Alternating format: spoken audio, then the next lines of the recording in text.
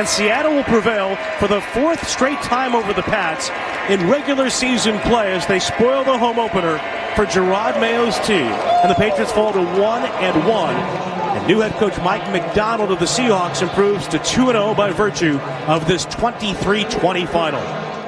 Well, it's some Joe show.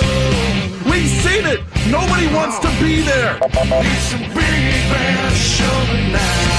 Just can't take this damn parade. Who cares? Yeah, Joe show. There's a 2-mile wait to get past the damn green line.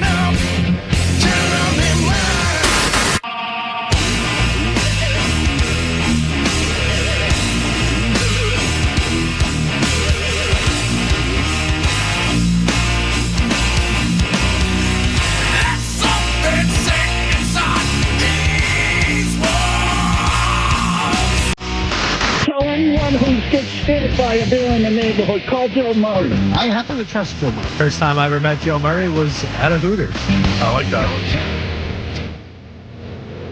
Vomit. Whoa.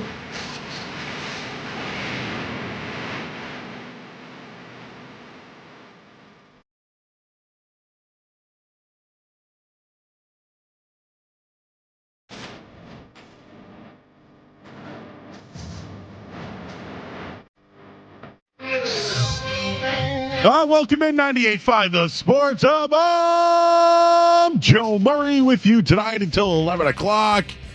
We will react to the Patriots' loss yesterday to the Seattle Seahawks, 23-20 over at Gillette Stadium. Another winnable game for the Pats that they lost. Seems to be the common theme over the last couple of years. So we'll certainly start there tonight. The coaching matchup, I thought the Patriots were outcoached.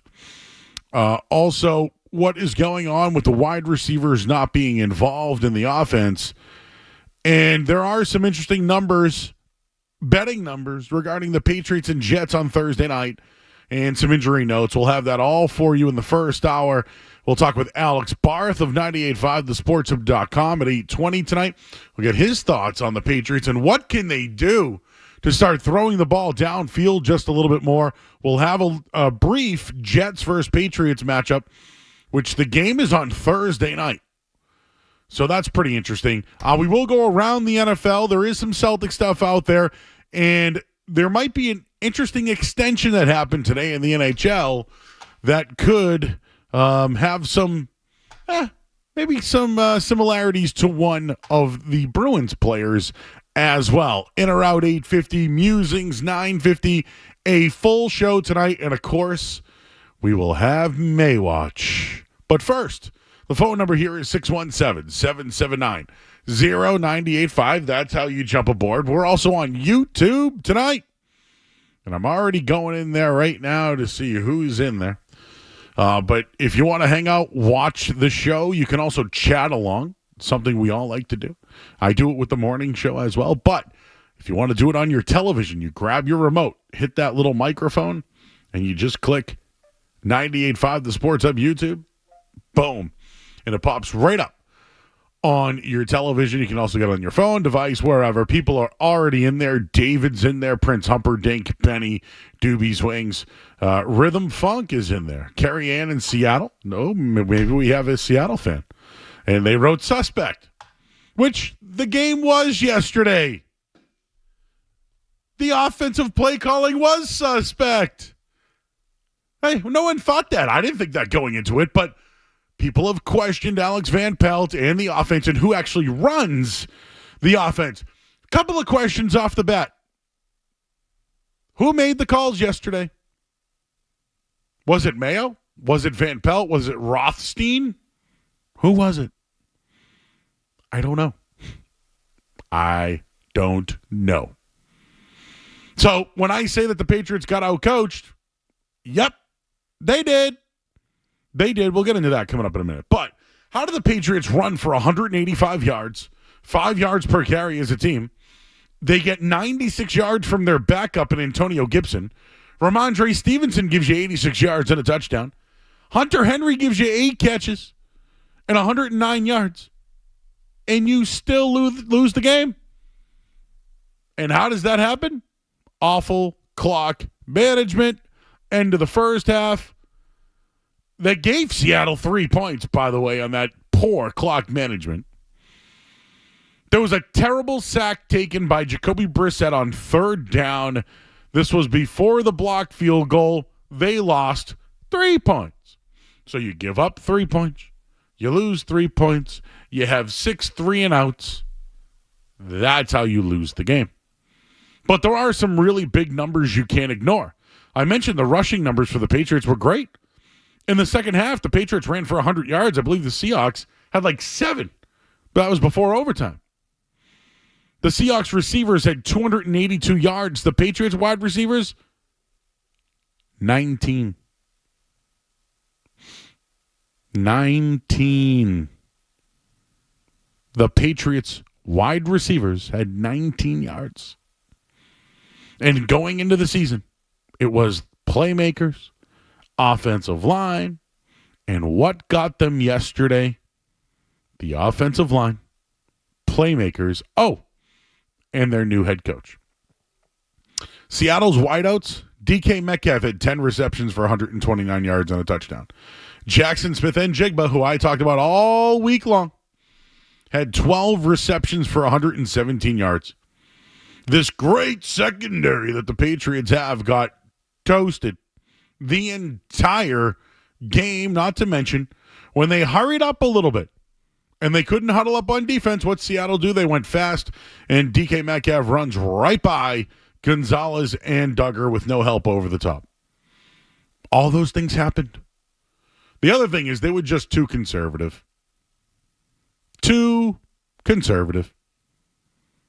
Right? If you're a team that doesn't care about wins and losses, that's what the owner said. He doesn't care about wins and losses. So why are you being so conservative before the half? Why not take a shot at the end zone? I get it. 19 yards, that's all you got from your receivers. Take a shot. Maybe you get a penalty. I don't know.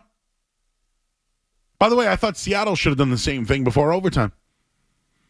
Take a shot. Who knows? They were too conservative. And I'll take calls all night on why not going for it on fourth down in overtime.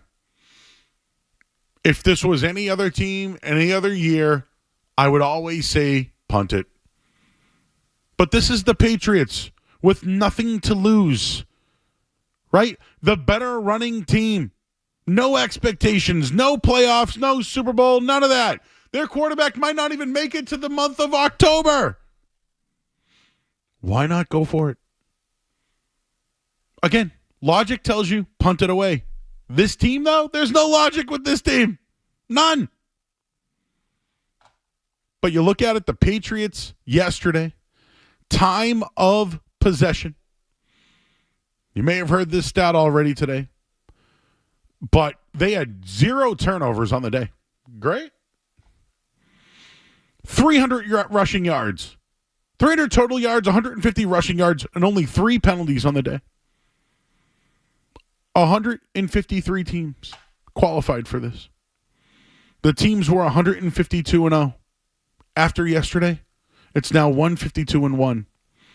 The Patriots had an 85% win probability after the big run by Antonio Gibson, and they lost the game. They had a lead in the fourth quarter and lost the game late in the fourth quarter and lost. I have no expectations. I bet them to lose. I pushed. I got a -3. I have no expectations for the team this year. None. But I thought that Mayo, Van Pelt, Rothstein, whoever it was, would be better than this. And unfortunately, I don't know who to blame besides Van Pelt. Because if it's going for it on fourth down, I feel like it's not Mayo's call, it's Rothstein's. He told us that it was a collaborative effort. But some of the play calls, why were you throwing the ball on third down? Why were you throwing the ball when you had 19 yards to your receivers? Why did you even think of throwing the ball? You were so conservative all game long. Why don't you try to fool them on a third down when you've made no completions barely to your wide receivers all day? It was stupid. But hey, you got nothing to lose, right? But you went away from it in overtime. Your thoughts at 617-779-0985. Here's one more thing before the break. I was a season ticket holder for years. I went to every great Patriots game you could think of. You name it, I was there. That place, though, there is no more home field advantage at Gillette Stadium. Maybe there never was. They used to just win. They always just won. Their last 9 games at Gillette Stadium, the Patriots are 1-8. 1-8. That's completely unacceptable. And you fans who go, it sucks going down there. The traffic, the parking, the walking, it all is just brutal. It was a beautiful day yesterday. But when you go to these games and you expect this team to at least try to win, you're 1 for 8 out of your last 9. 1-8. 1-8 at home.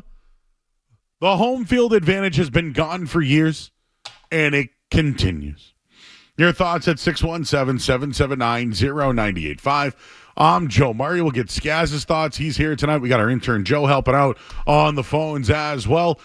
Here until 11 o'clock tonight, I'm Joe Murray on the Sports Hub. Don't go anywhere. There's more Joe.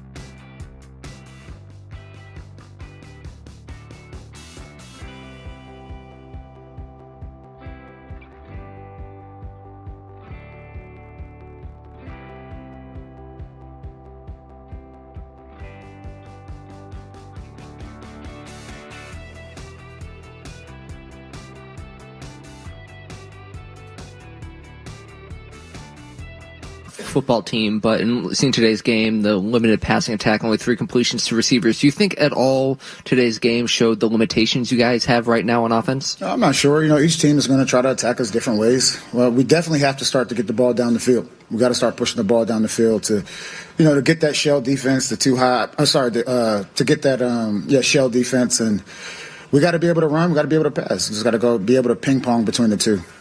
It's something that we need to work on. That's what I would say.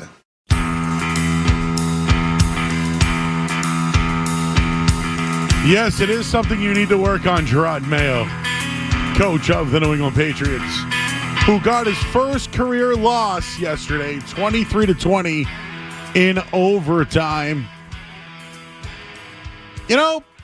Just thinking about this, when the coin toss happened and the Patriots won the toss and accepted the ball, I did say briefly, maybe they should play defense first.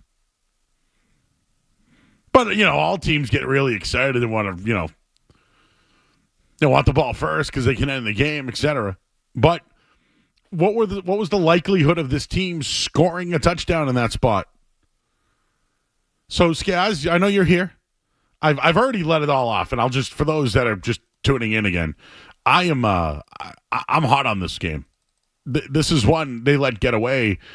And I understand that the team, the owner, flat out said this year, he doesn't care about wins and losses. He wants things to look good and show development and all that. So he's already given that.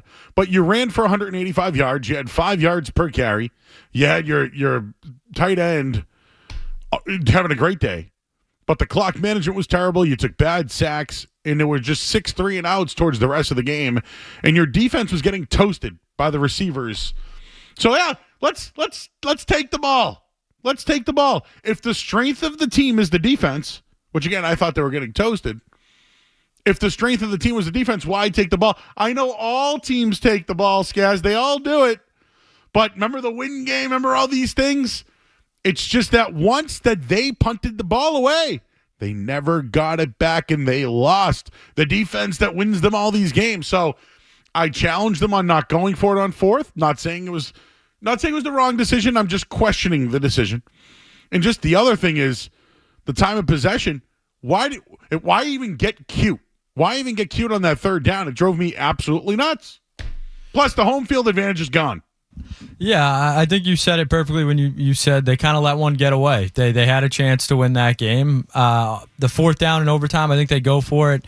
When you're saying should they have kicked it instead of taking the ball in overtime, I think that's a little revisionist history. You got to take the ball, give your team a chance to win the game. If you go down and score a touchdown, the game's over. If they kick it off to Seattle and they hit DK Metcalf on another broken coverage, game's over. We're killing Mayo because he didn't even give him a chance to win the football game. So I think you got to take the ball. I just think you got to be more aggressive when you do have the ball. Who made the call on fourth down? It has to be Mayo, right? Well, isn't Evan Rothstein the guy that crunches the numbers? And that's coach's decision, though, right? I mean, I'm hoping he has final say. See if you can find that quote somewhere. Him talking about the collaborative approach and Evan Rothstein and whatever. I'm curious. I need to blame somebody. Yes, they played a good game. They hung in there. They looked better than we all thought.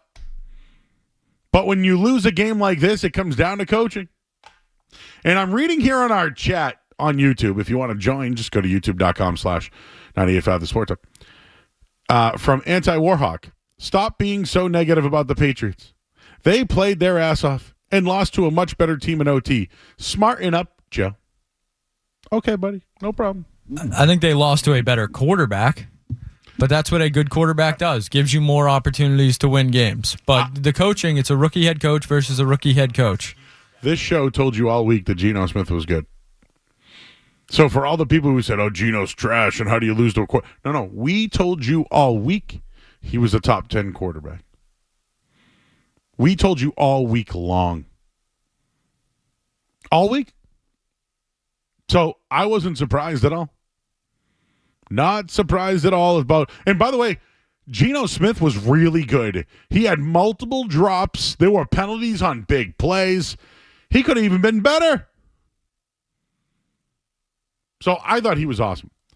But the Patriots were absolutely outcoached in this one. Absolutely outcoached. And bad clock management. Alex Van Pelt calling for an inside gap run against a loaded box on 3rd and 3. Mayo had to burn a timeout because the clock would be reset after a fumble recovery. And then the final possession in the fourth only took 40 seconds off the clock and gave the ball right back to Seattle with a chance to win the game.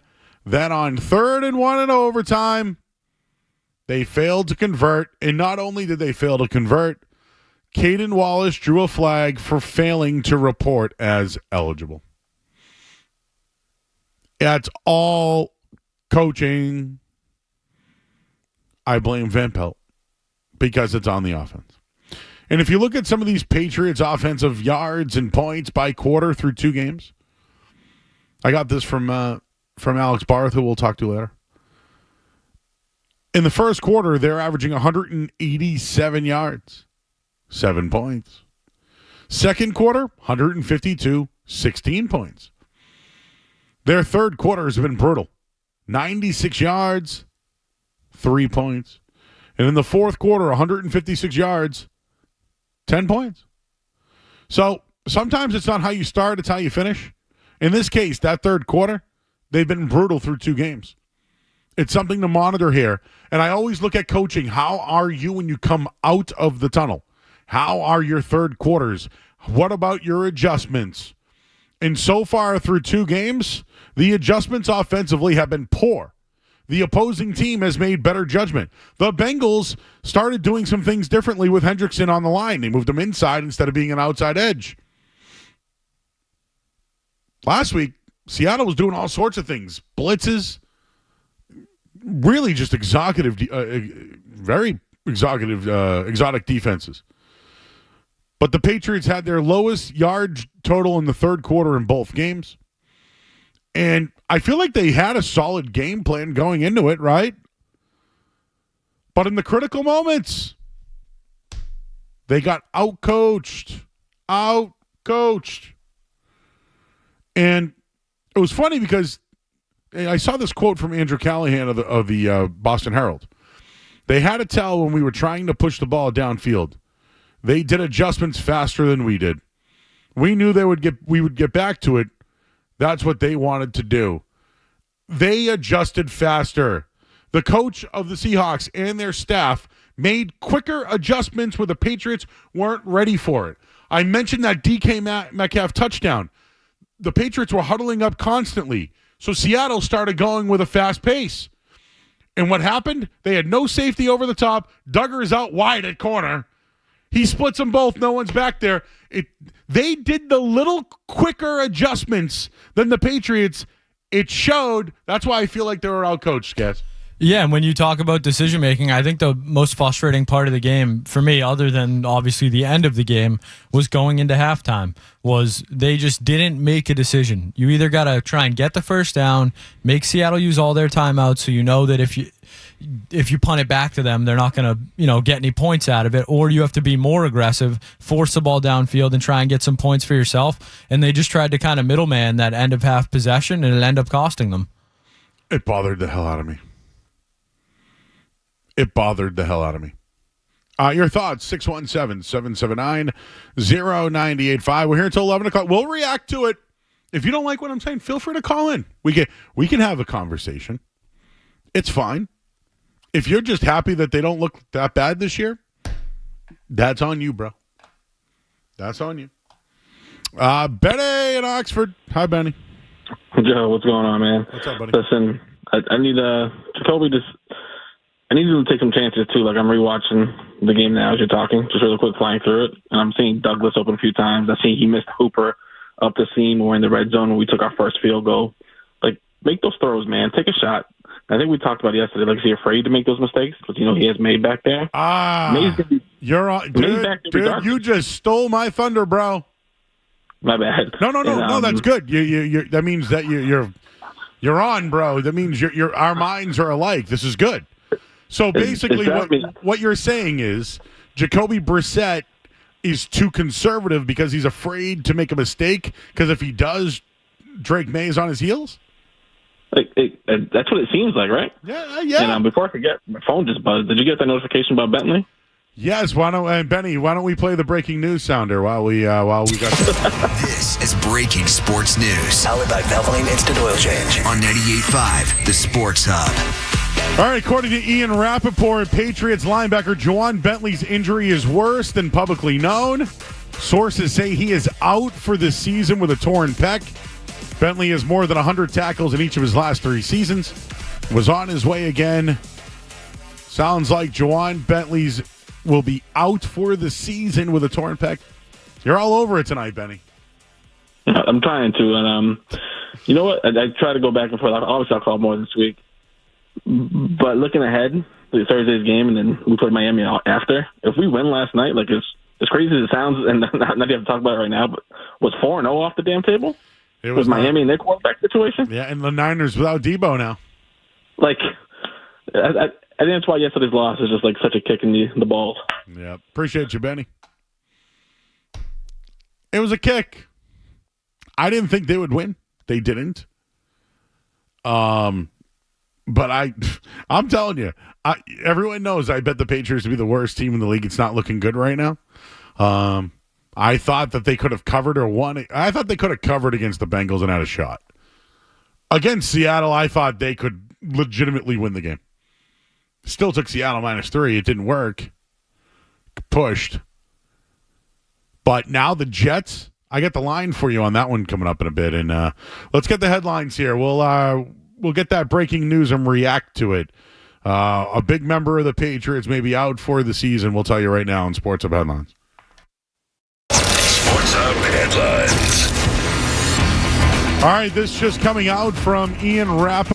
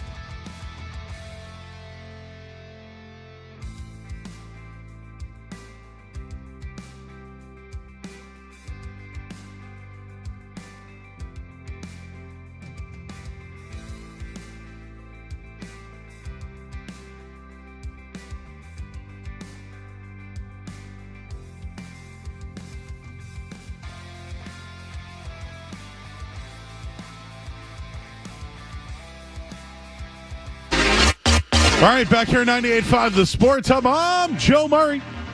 Oh, the hits keep coming for the Patriots.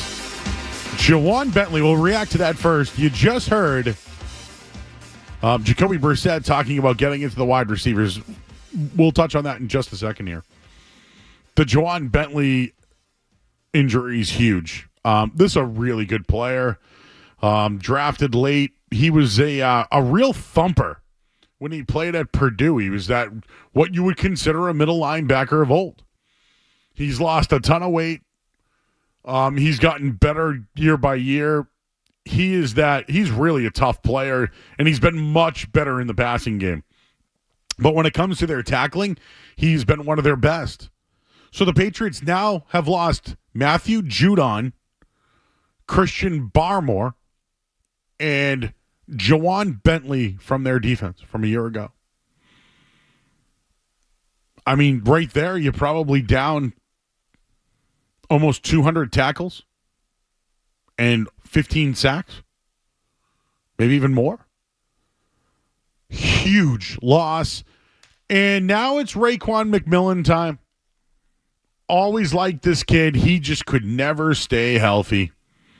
And I believe he led the team in tackles. I'll look it up real quick. I believe he led the team in tackles this week. He was everywhere. I saw him. He tipped the ball that Metcalf dropped on one play, and he was definitely at his nose all over the football. But now he gets thrown into the mix now as a starter. I don't know who they have behind him, though. So I'll have to look that up. But they're, right now, I don't know if Kyle Duggar is going to have to play a bigger role or, is there a safety they now want to play inside of the box? Yeah, Raekwon McMillan is really their only middle linebacker that they have. I don't know who else could play in there. Zimenez is more of an outside guy. He got hurt yesterday too. So I don't know what they do. Maybe they play Kyle Duggar a little bit further up or Jabril Peppers. Hawkins was really good at safety, but they're short. They need another linebacker. They do have this kid, Christian Ellis, that they like. As far as their practice squad goes, I'm trying to think if they could call somebody up. You know what? Marte Mapu could be the guy, right? He could be coming off injured reserve. I'm just throwing out other names here. But yeah. Oh, and then Sione Takitaki. That will help out. So I think they have guys in win. Taki will be the guy. And he's played well. He played for Cleveland the last couple of years. So, yeah, they're short for Thursday night. They're short at middle linebacker, but with Mapu coming back and Taki, I think they'll fill the role right there, but that was 100 tackles. They have another guy they really like named Joe Giles Harris. Wow, what a brutal loss. This coming from Zach Cox of the Herald. Kyle Duggar, he took over the green dot responsibilities as the Patriots' primary defensive communicator after Bentley went down. And Mayo said this regarding the communication. He thought it was good. Duggar did it all last year as well. So the captain of the defense is now going to be Kyle Duggar. But it is interesting. For 1 week, can they survive with Raekwon McMillan? I think they can. But actually, it'll be for 2 weeks, right? Because you have San Fran on deck.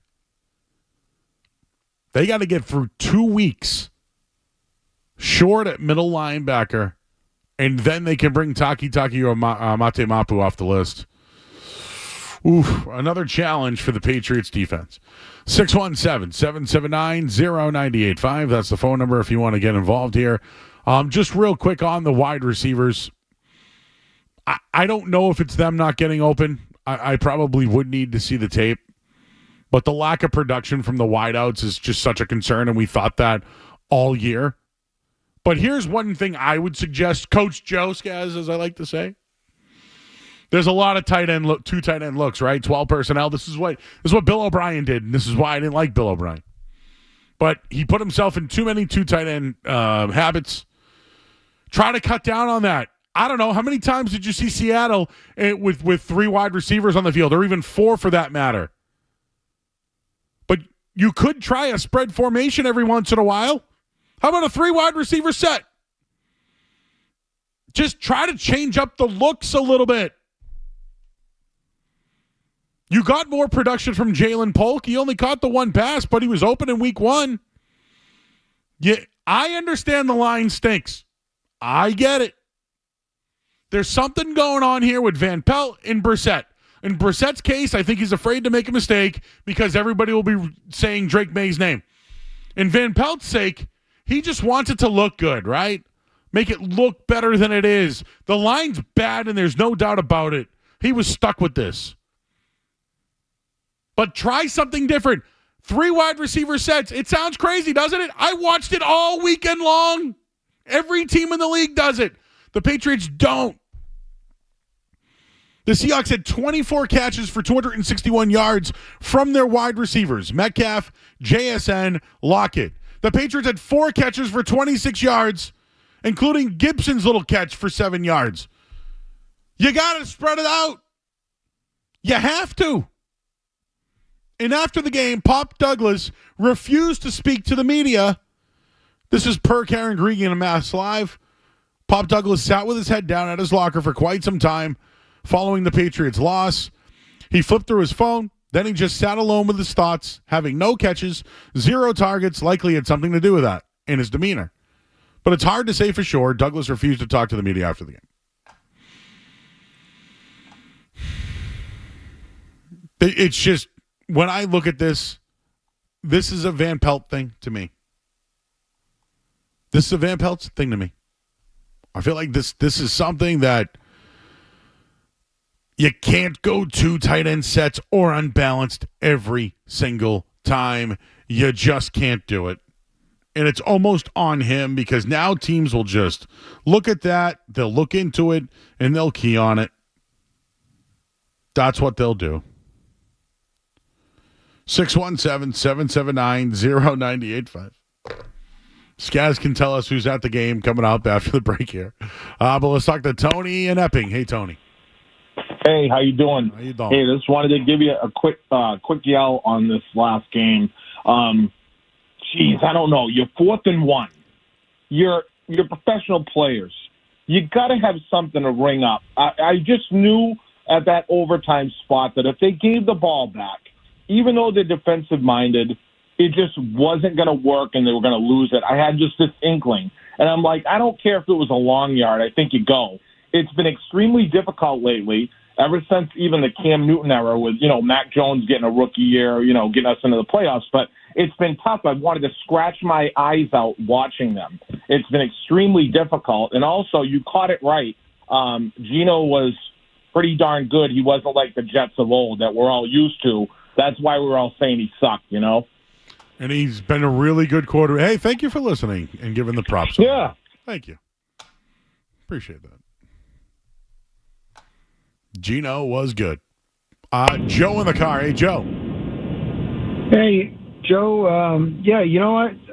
Backing up what that guy said, your show's pretty good. I think I used to heckle you years ago in the morning show. Oh, yeah? But anyways, what's up? Did they allow sports when I was on? Was that what it was? I actually talked sports. They didn't like it. Was that it or no? You were talking sports, but I think I used to get upset with you on the weekends. You sounded like you didn't want to be there. I'm like, oh, my God. But really? You know what? Nobody probably wants to be there on the weekend. And you hooked me up with a good beef place. A couple of weeks ago, I hit you up on Twitter, and you sent me, I think, the Tessies. I went from I used to suck to now you like the show. No, I would never say that you sucked. Okay. I think. Well, you used to not like my takes, and now you like my takes. You know what? I don't think there was maybe an issue with you. I think you were all good, right? You can't please everybody, man. No, probably not. But you're pleasing a lot of people because you got a good show. So keep doing your thing. So I think the coaching is just, you know what? I know you got a show to do, right? Everybody's got a show to do. But it is what it is. They're gonna make mistakes, and hopefully they work through it. And next season's better. Things could probably go really south on them if they see another injury. But I don't know, that win kind of put the blinders on everybody. Like, yeah, they could definitely. I'm thinking they can just dink and dunk for the whole season, but I don't know. Who knows where it's going to go? But the coaches are going to be probably not good through the whole year. So everybody should just expect that. All right, bro. Appreciate you, Joe. Thank you for liking me again. Or I was okay all along. Can't really tell where that one was, where that went. The weekend shows. That's where I grinded my teeth, Scass. It was, doing gambling talk on Saturday mornings and then talking about Christmas trees and where to go for lights and then where to go to eat after. That was like my favorite shift to do at the station. Now it's Here at Night with you all. 617-779-0985. The Patriots take on the New York Jets. I got the betting line for you and some interesting notes from the games. And there's a game tonight as well between the Birds. The Battle of the Birds. Who you got? We'll tell you next here on 98.5 The Sports Hub. More Joe Murray coming up on The Sports Hub.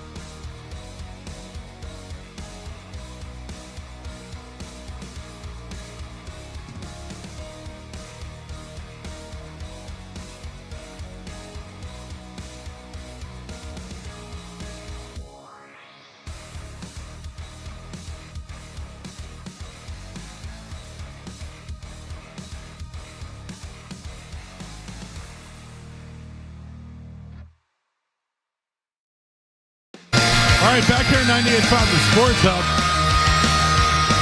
We got the football game coming up in a minute here. We might as well give out picks. I'm going to take the Falcons plus 5.5 tonight. It has nothing to do with the Eagles or anything. Jalen Hurts is an amazing player at home. But underdogs of 5 or more have crushed this weekend. The numbers were absolutely outstanding for just betting-wise this week. Underdogs crushed. Absolutely crushed. So I'm just going to ride it. It's what's been going on now for the last couple of days here. So I'm going to ride that one. Skaz, I know you had an interesting one tonight that you wanted to take a gamble at. I was just curious what a Matthew Judon to have a sack tonight is. I believe I saw it at plus 150. National TV game, new team for Judon. Just something to think about if you're a Patriots fan.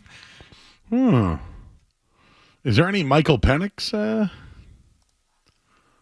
Any Michael Penix stuff in there? I was just trying to see if no. Okay. No, all I see right now on my TV is Jalen Brunson and Jason Kelsey, both in Eagles gear. All right. Well, I don't have much for the game tonight, but I think teams, it's when you start 0-2, it's not good. I just think the Falcons hang around tonight. So give me the 5.5, even though I'm not going to ring the bell. So those are our two picks, and I've already had a million people. Who you got tonight, Joe? I'm just going to enjoy the game. Maybe a little in bet while the game is on. You know who's there to enjoy the game tonight, Joe? Yeah, who was that was there? Walking around on the sidelines would be one Bill Belichick on the Eagles sideline. Oh, really? What's he doing there? Oh, his good friend, Matt Patricia. Oh, Matt Patricia, who got fired? Apparently, he's on stunk up their locker room, and did Darius Slay see him? I don't know. That was the tweet. Bill Belichick and Matt Patricia on the Eagles sideline. Matt Patricia's still a member of the Eagles coaching staff, according to Mike Garafolo. Oh, he is. So Belichick couldn't make it to Gillette yesterday to celebrate a Super Bowl championship with his 2014 team, but he can make it to Monday Night Football tonight to watch the Eagles. This is how I know everyone's on their game. Everything I was going to say, Benny said, and I was just about to say that. And then you just come in there with the little condescending, oh! That doesn't sound like me. Well, he couldn't make it to the game, but he can make it to Philadelphia. Wonder if the Falcons are, any bad blood there? Yeah, Belichick I wonder if Belichick. I wonder if he went over to that sideline. Is Arthur Blank there tonight? I don't know. I don't know. I had that one written down too. Hey, very interesting. It's like the Bill Belichick watch party tonight. Are they doing Manningcast still, or is he that was only once a week? I thought I saw that he was going to be back on I think him and Matt Ryan were supposed to be on the Manningcast tonight. So we're getting a lot of former Patriot tie-ins left and right. Falcons and Patricia, Belichick almost getting a job with the Falcons. A lot going on down there in Philadelphia. Should be a big night for Devontae Smith. If I was going to put in a little personal, he'd be the guy I'd look at tonight. All right, let's get the top of the hour Sports Hub headlines. I see you guys lined up on the phone lines. I got the betting numbers for the Jets game this week, and there's one area where the Patriots can certainly improve on the defensive end. I'll tell you what that is coming up next here on 98.5 The Sports Hub. From the Town Fair Tire Studios, the Patriots. Into the end zone! Touchdown for the Patriots! WBC FM and HD Boston 98.5, the Sports Hub, a Beasley Media Group station. Sports Hub headlines. All right, Patriots lose 23-20 yesterday, and they've also lost Juwan Bentley for the season. The team hasn't announced it yet, but according to Ian Rappaport, he suffered a shoulder injury that will keep him out the rest of the season. A couple of roster moves for the Patriots. Michael Jordan signed to the 53-man roster from the practice squad. They've also they signed a couple of guys, 2 defensive backs, to the roster. Bryce Young benched in Carolina. Andy Dalton will take over. Isaiah Pacheco is going on injured reserve with a leg injury. The team is working out Kareem Hunt. Deebo Samuel will miss the Patriots game for the 49ers. He's dealing with an injury as well. And Monday Night Football will kick off in about 10 minutes between the Eagles and Falcons. Eagles 5.5-point favorites tonight, and the Red Sox are off. We're still waiting on any news regarding manager Alex Cora, if he will be. Anything will come down on his hit by pitch to Aaron Judge. Headlines are brought to you by Safety Insurance, providing comprehensive coverage for your auto, home, and business. Ask your independent agent about safety. I'm Joe Murray. Your next update in 30 minutes. You want to talk sports? We want to talk sports. Squeeze the chicken and open the mouth. It's like we were meant for each other. This is why you need us. 98.5, the Sports Hub.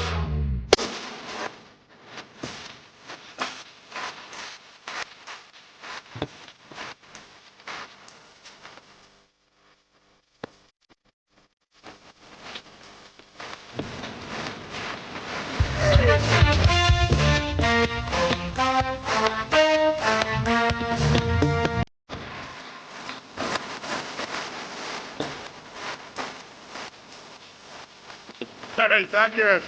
98.5 the Sports Hub. I'm Joe Murray. Wow.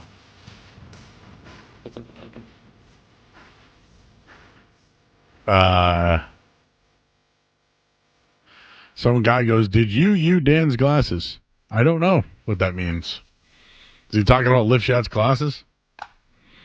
I did not do you. But I did see him. I work with him. See him all the time. Well, the Vidarian Lowe injury that was sustained on Sunday, not considered serious. He's day-to-day. Will he play on Thursday? We know Juwan Bentley won't.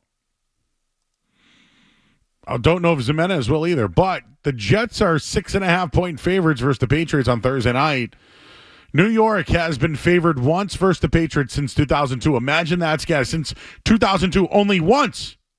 That was 2011, Mark Sanchez, Tom Brady. New York closed 6.5 or higher versus New England since 2000. The Jets are 3-23 straight up versus New England since the start of the 2011 season. Yet the Jets are favored on Thursday night. Found that to be very interesting. I do have one area the Patriots can improve on, but let's talk to Sean. He's in Blackstone. What's going on, Sean? You're on the Sports Hub. Hey, Joe. Thanks for taking the call. Yeah, question for you, and it came up a little bit earlier, I think, when you were talking about AVP. Do you think the ultra-conservative play call has to do with job security for these new coaches, or do you think it's something completely different? So that's why I brought up. I think it is, and I think it's him and Brissett are like hand in hand, right? They're like a twosome. They're a pair. They're a duo. So I think they're both conservative because A, if he turns the ball over, the play calls look bad on AVP, and then B, if he turns the ball over, people are going to be chanting for Drake May, just like Brissett went down yesterday, and all of a sudden it was like, oh, is May throwing the football? So yes, yeah. I think it's it's not in the best interest for the team. Gotcha. Got almost like a double entendre going on at both spots.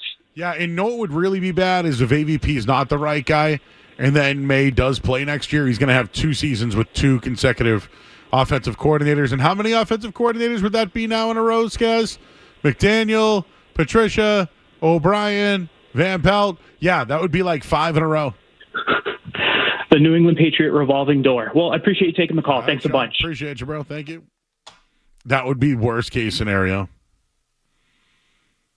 Maybe this is a 1-year thing. I don't feel like it is, though. But, all right, do you think there's something to it, Skaz, of Brissett not forcing the ball downfield because if he does make a mistake, especially at home, people would be chanting for Drake May? I'm not going to rule it out entirely, but I also think it's a little unfair to AVP. I think he's maybe playing too conservatively to Jacoby Brissett. When we saw AVP with the Browns and Baker, it was, we heard he wasn't calling the plays, but they took shots. Amari Cooper was one of the better receivers in the league last year. So I think maybe AVP is playing it too safe because it's Brissett, but I don't want to say that, when Drake May gets out there, he's going to run the same offense because I just don't believe that. I think that's true. Alex Van Pelt, obviously still a lot to learn about him, but I want to believe that when Drake May's out there, we're going to see more of that Baker to Amari Cooper type style. They had the guy from Michigan, Donovan Peoples-Jones, would catch a couple deep balls for them a year. So I think it's more of a Brissett thing than an AVP thing. Got it. because Brissett, although he's done well with the pressure, I got to admit that. Like, he knows where to step up. He knows just where his lanes are, but I think it takes longer for Brissett to set his feet and deliver a throw downfield than it does your typical NFL quarterback, especially Drake May, a guy with a quick release that's going to get it off. Brissett's kind of a bigger, longer guy. It's definitely it's not fast. No, he's not Tua back there. Yeah. It's like a long wind up and throw. So I want to give Alex Van Pelt the benefit of the doubt. I know a lot of people don't want to do that, but I still believe with Drake May out there, they will take more shots downfield. It'll look more like the Cleveland offense where they're using Chubb and Ford to open up the passes to Cooper and Njoku and Donovan Peoples-Jones, whoever else was there. So if it's Drake May at quarterback and we're in week 12 and they're still running it 70% of the time, okay, then we have a problem. Yes. Okay, here's what I think. I don't think Drake May would be able to get out of these pass rush situations better than Jacoby Brissett. I don't know that. But Brissett is really just, he looks like he knows where it's coming. He's been pretty, he's the most pressured quarterback in the NFL. And he took 2 big hits yesterday. But for the most part, he knows when to step up. Looked like he might have hit his elbow or his hand on a helmet, too, at one point. I don't know how he's going to last. Like, even for a series. But yesterday, when he went down and his knee went awkward, I thought it was Drake May time. The announcers didn't mention it at all either. Like, they were like, oh, he kind of winced, and then they just went right over. There was no, Drake, there was nothing. None of that. So did. Because I was I'm listening sure, to the broadcast. Because he goes, we'll do May watch later. But he goes, Drake better go get his helmet. Drake better go get his helmet. I thought that was funny. One other note I wanted to mention on Brissett, because I brought this up last week. I don't know if anybody cared, but when it came to passes per game under Jacoby Brissett, so the number that he threw was 27. So in games where he has 24 attempts or less, he's 6-2 in his career.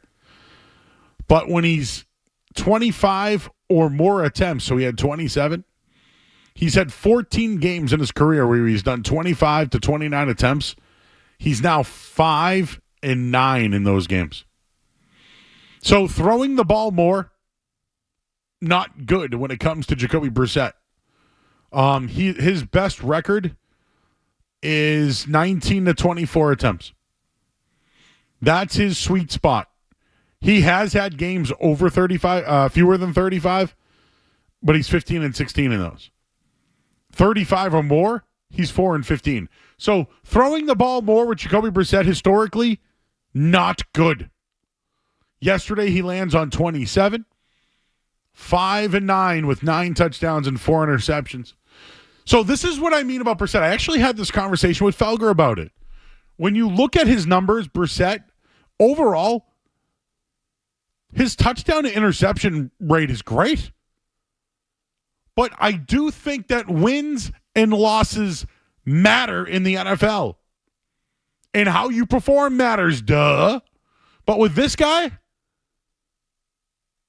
the number, it's all in the numbers. He throws 25 to 29 attempts. His record is 5-9. Don't let him throw the ball over 25 times a game and you win. Yesterday, you made it 27. It's not historically in his favor. And I feel like he's just not a winning player. He's not a winning player. The Patriots lost the game for multiple reasons. Coaching, quarterback, offense, whatever. When you throw too many times with Jacoby Brissett, you lose. Because he's a losing player. 617-779-0985. There's another area where the Patriots can improve. And that's at pass rush. It hasn't been good. Just listen to some of these pass rushing numbers out here that I'm about to pull up. They're just not getting to the quarterback. Next gen stats. They rank 31st in pressure rate on defense. 24% of the time, they're dead last in pressure rate from a 4-man rush. 16.9%. On the other side of the ball, the Pats have allowed the second highest pressure rate on offense. So they can't protect and they can't get to the quarterback. They're awful on both sides of the line. It really is sad where they've gone. And imagine where they'd be without Keon White. Just imagine. So the pressure rate's been very high for Jacoby Brissett. But can somebody at least get to the quarterback? And I'll tell you this week with the Jets on deck, the reason why I think that point spread is so high, if you can't rush Aaron Rodgers, he's going to toast you. And here's another one.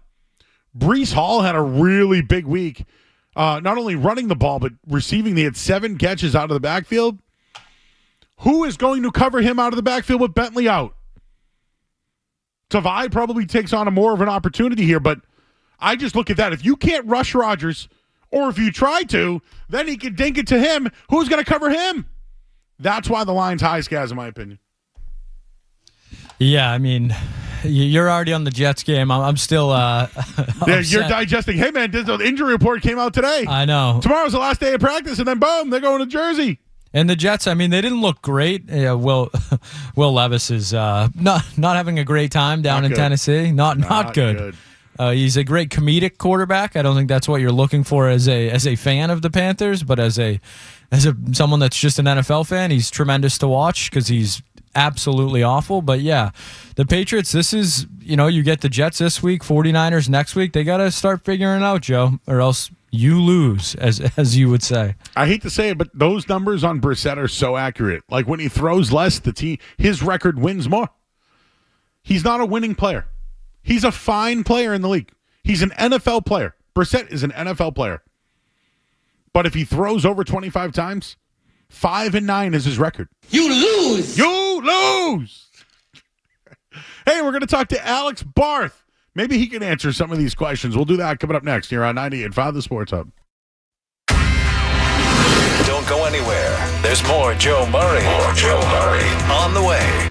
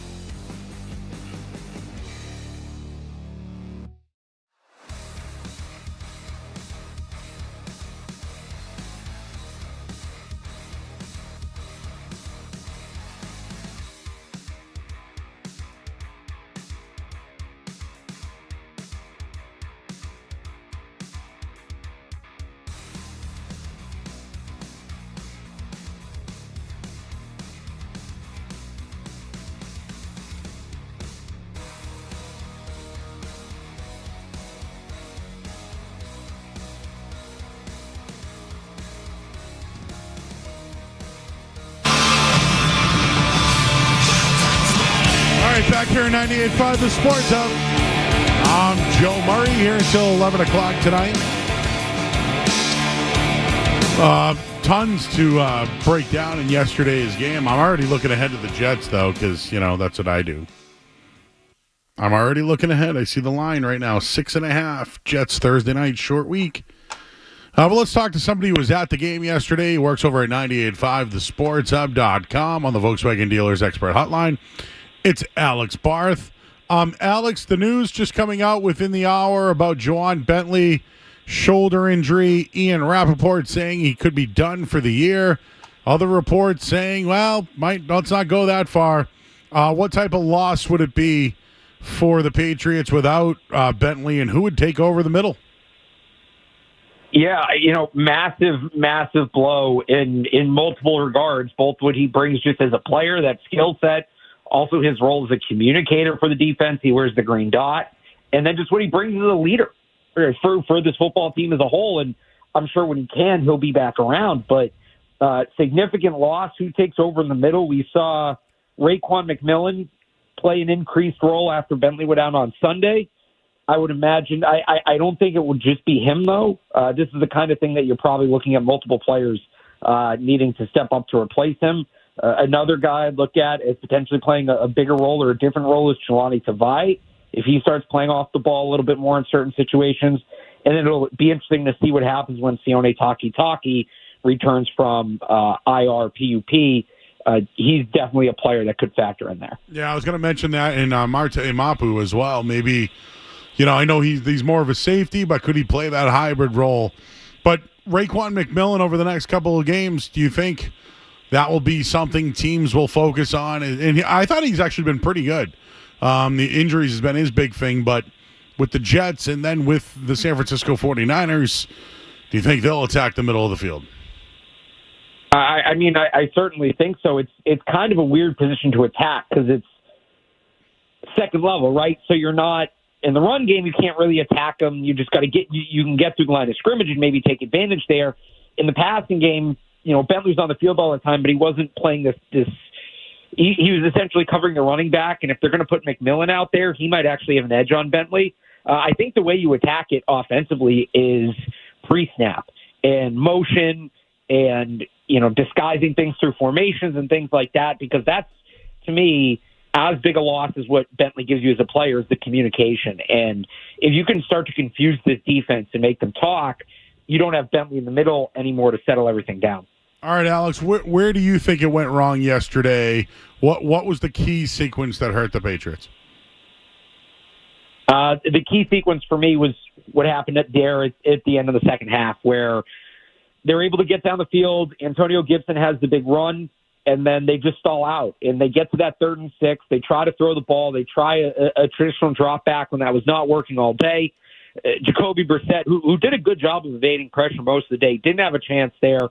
Mike Onwenu and Lane Robinson both get beat. And I do think there's a major difference between a 39-yard field goal and a 48-yard field goal. The blocking wasn't great on the field goal, but you can just kick it with a higher trajectory. You can get the ball out, a little bit higher, a little harder to block from a shorter distance. And it's not a lock if they hit that field goal, but 3 minutes to go the length of the field for a touchdown, you feel pretty good about that with this defense.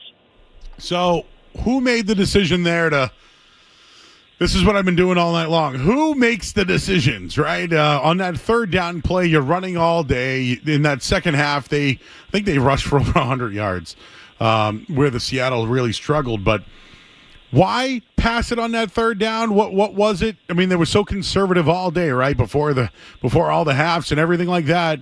On 3rd down, you get cute to try to throw the football. I feel like that's on Alex Van Pelt. Yeah, that's on Van Pelt. I get, and to be fair, I get 3rd and 6 a long way to go for a run, even the way they were running. But something where you can't take a sack there. So something where Brissett's rolling out, maybe a screen pass. I've been waiting for them to run the jet pass to Pop Douglas for 2 games now. We haven't seen that. They ran a reverse with Jalen Polk, but just something that gets the ball out of the quarterback's hands quickly, given the way you were pass blocking all day, so that you don't risk that sack and you minimize the turnover. I'm not against just pass, overall, but they ran kind of a deeper developing play. They wanted a big chunk to really put the game away. I get that. I don't think it was the right time for that call. So I won't knock them for passing the ball overall, but there has to be a better pass play to call in that situation. And it is Alex Van Pelt calling the play. There's some decisions yesterday that go on Mayo. There's some that go on Van Pelt. There's plenty to go around. I would say there's a couple questionable decisions that go on DeMarcus Covington too. I think at times the coaching staff got a little cute for their own, too cute for their own good. But that one you can put on Alex Van Pelt. How about, what they did on fourth down or even third down for that matter in overtime? I understand why they punted. I get it. But if it's not about wins and losses or, the long run here, why you were running all day long? Why would you want to give them the ball back and go on a drive to win the game, which is what they did? But I don't know. He said his gut feeling was to go for it. Was that Mayo's or was that Rothstein? Like, isn't there something there between those two with those decisions? Mayo said it was his gut decision to go for it in overtime? Yeah, didn't he say that? Yeah, after the game? No, he said there was consideration. Yeah. But he said in the end it was a gut feeling to go for it. I mean, to gut feeling to punt. Yeah. Yeah, so I don't hate the decision to punt. I'm with you, and part of that is the third down. Like you break out that trick play. Generally, you do that like that's your got to have it play. So their got to have it play already didn't work. You probably don't feel great about picking up that yard again one play later. I hated the play call on 3rd and 1. That was my bigger issue. If we're going to dissect that drive, they go tackle eligible offset line, couldn't get it lined up correctly. So it would have been a penalty anyway. But then you put your 3 best run blockers all next to each other on the right side and you run behind the left guard. Like that whole, none of that made sense to me. None of that play made sense to me. It felt really desperate. Like you said, you've been running the ball well. Just give it to Ramondre Stevenson. Let him follow Mike Onwenu and Layden Robinson be on that right side. But I understand why they didn't go for it, but the reality is the way they were playing, they should have picked up the 3rd and 1. It shouldn't have been an issue. All right, talking to Alex Barth, 98.5, thesportshub.com. The Patriots defense yesterday gave up a ton of receptions and yards to Seattle's wide receivers.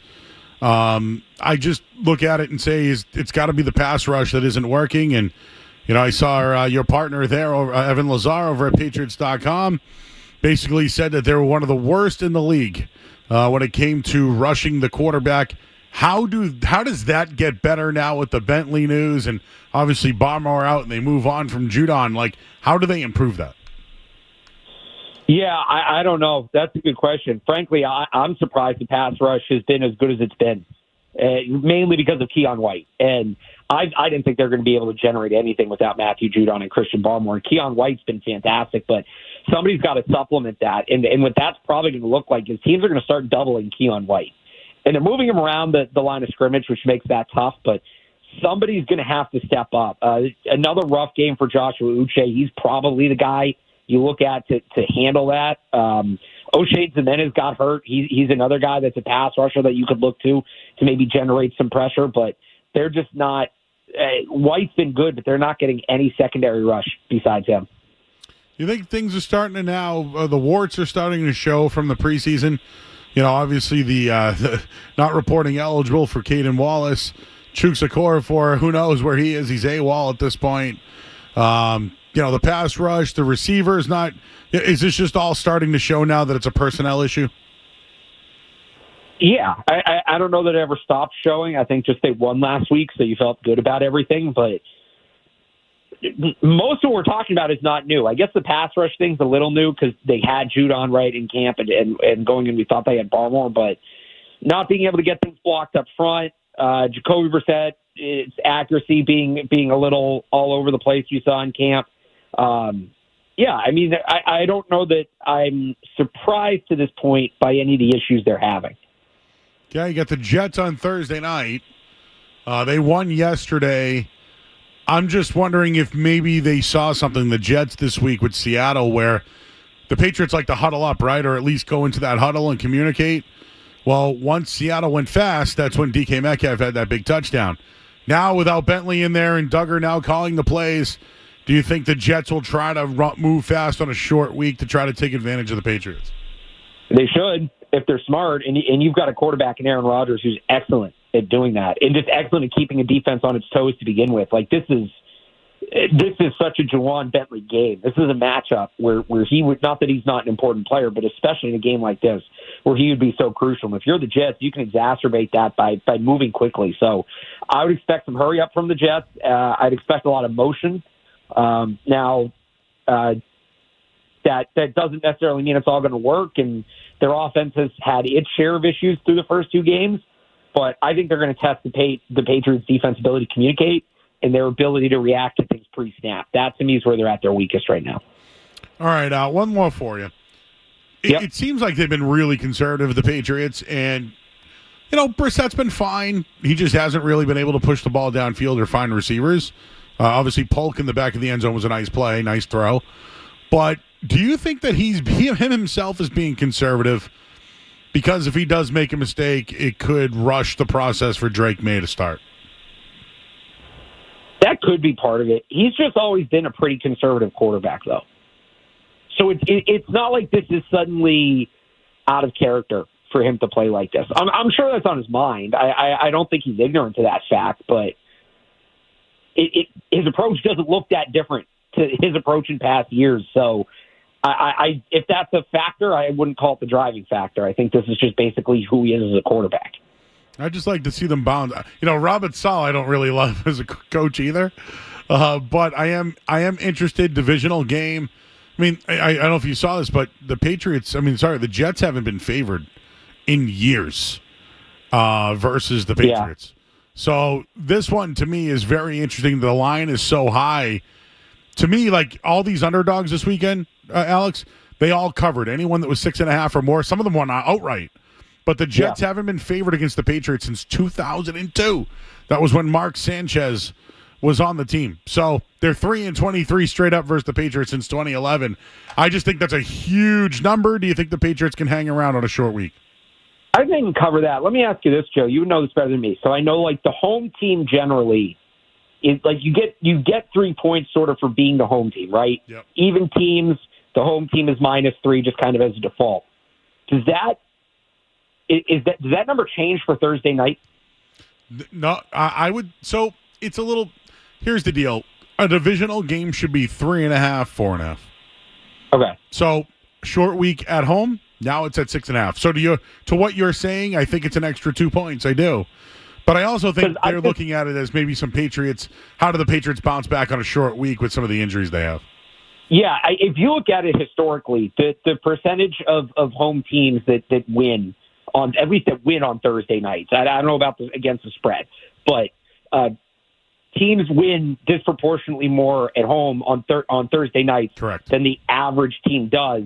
You add in the fact this is a Patriots team that is only going to have one practice this week, is dealing with some major injuries. It's not just Bentley. Their left tackle left the game early, too. I think it's more about the spot the Patriots are in than the Patriots themselves, if that makes sense. Yep. I don't love the spot that the Patriots. It's a bad spot. Call it spade a spade. This is a really rough spot for this team right now. And you know what? Things have been coming up, Patriots, right? I mean, they missed on T. Higgins. They missed Kenneth Walker. They're going to miss, who knows who the Jets. Oh, the Jets lost Jermaine Johnson, right? So, McCaffrey and probably Debo in a few weeks. Debo, there you go, right? Tua, maybe. So, everything was coming up Patriots, and now it's, hey, it's 1-1. I'm happy with the way they're playing because it's entertaining. But I do think it's going to be a long stretch, and at some point, I do think they make the move to Drake May, and wouldn't be surprised if it was after that 49ers game. I still think that's the timeline, weeks 5 or 6, and it kind of lines up where you're going to have a little bit of extra time as you get ready for San Francisco. You start giving Drake May more time. You let him get ready. Maybe that's a blowout, and he makes his NFL debut later in that game. And then now you've really ramped him up. And if he gets ready for week 5, great. If not, I think week 6 could be it would make a lot of sense as well. So no sign of Bill Belichick yesterday, but you know where he is tonight? Is he in Philly? He's in Philly with Matt Patricia walking the Eagles sideline. Do you know who's and they're playing the Falcons too? Oh, I'm sure he helped the Eagles out a little bit on that one. I was wondering if he went over to the Eagles side, the Falcons sideline at all. Is Arthur Blank there tonight? Right. Just thought that was fairly interesting. All right, Alex. Appreciate you, bro. Short week for you, man. But you get a long weekend, though. So that should be good. Yeah, I'm looking forward to that. Won't lie. All right. He's Alex Barth. Go rest up. Go enjoy the game tonight. We'll catch up with you soon, man. Thanks, Joe. I'll talk to you soon. All right. He's Alex Barth, everybody. 98.5thesportshub.com. Check out all his work. He's got his top 10 takeaways. You name it. It's all there. Over at 98.5thesportshub.com. All right, we'll get the look at the headlines. We'll tell you the score in this Falcons-Eagles game next in Sports Hub Headlines. Sports Hub Headlines. All right, Patriots 23-20 losers.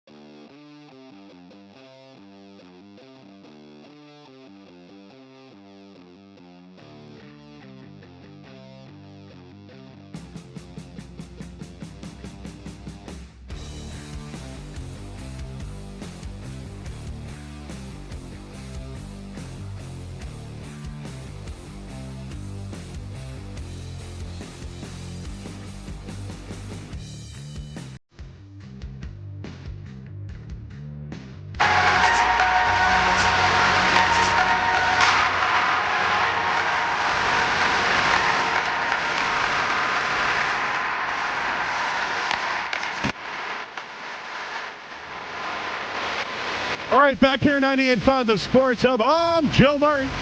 Got Skaz here tonight. Our intern Joe's eating again.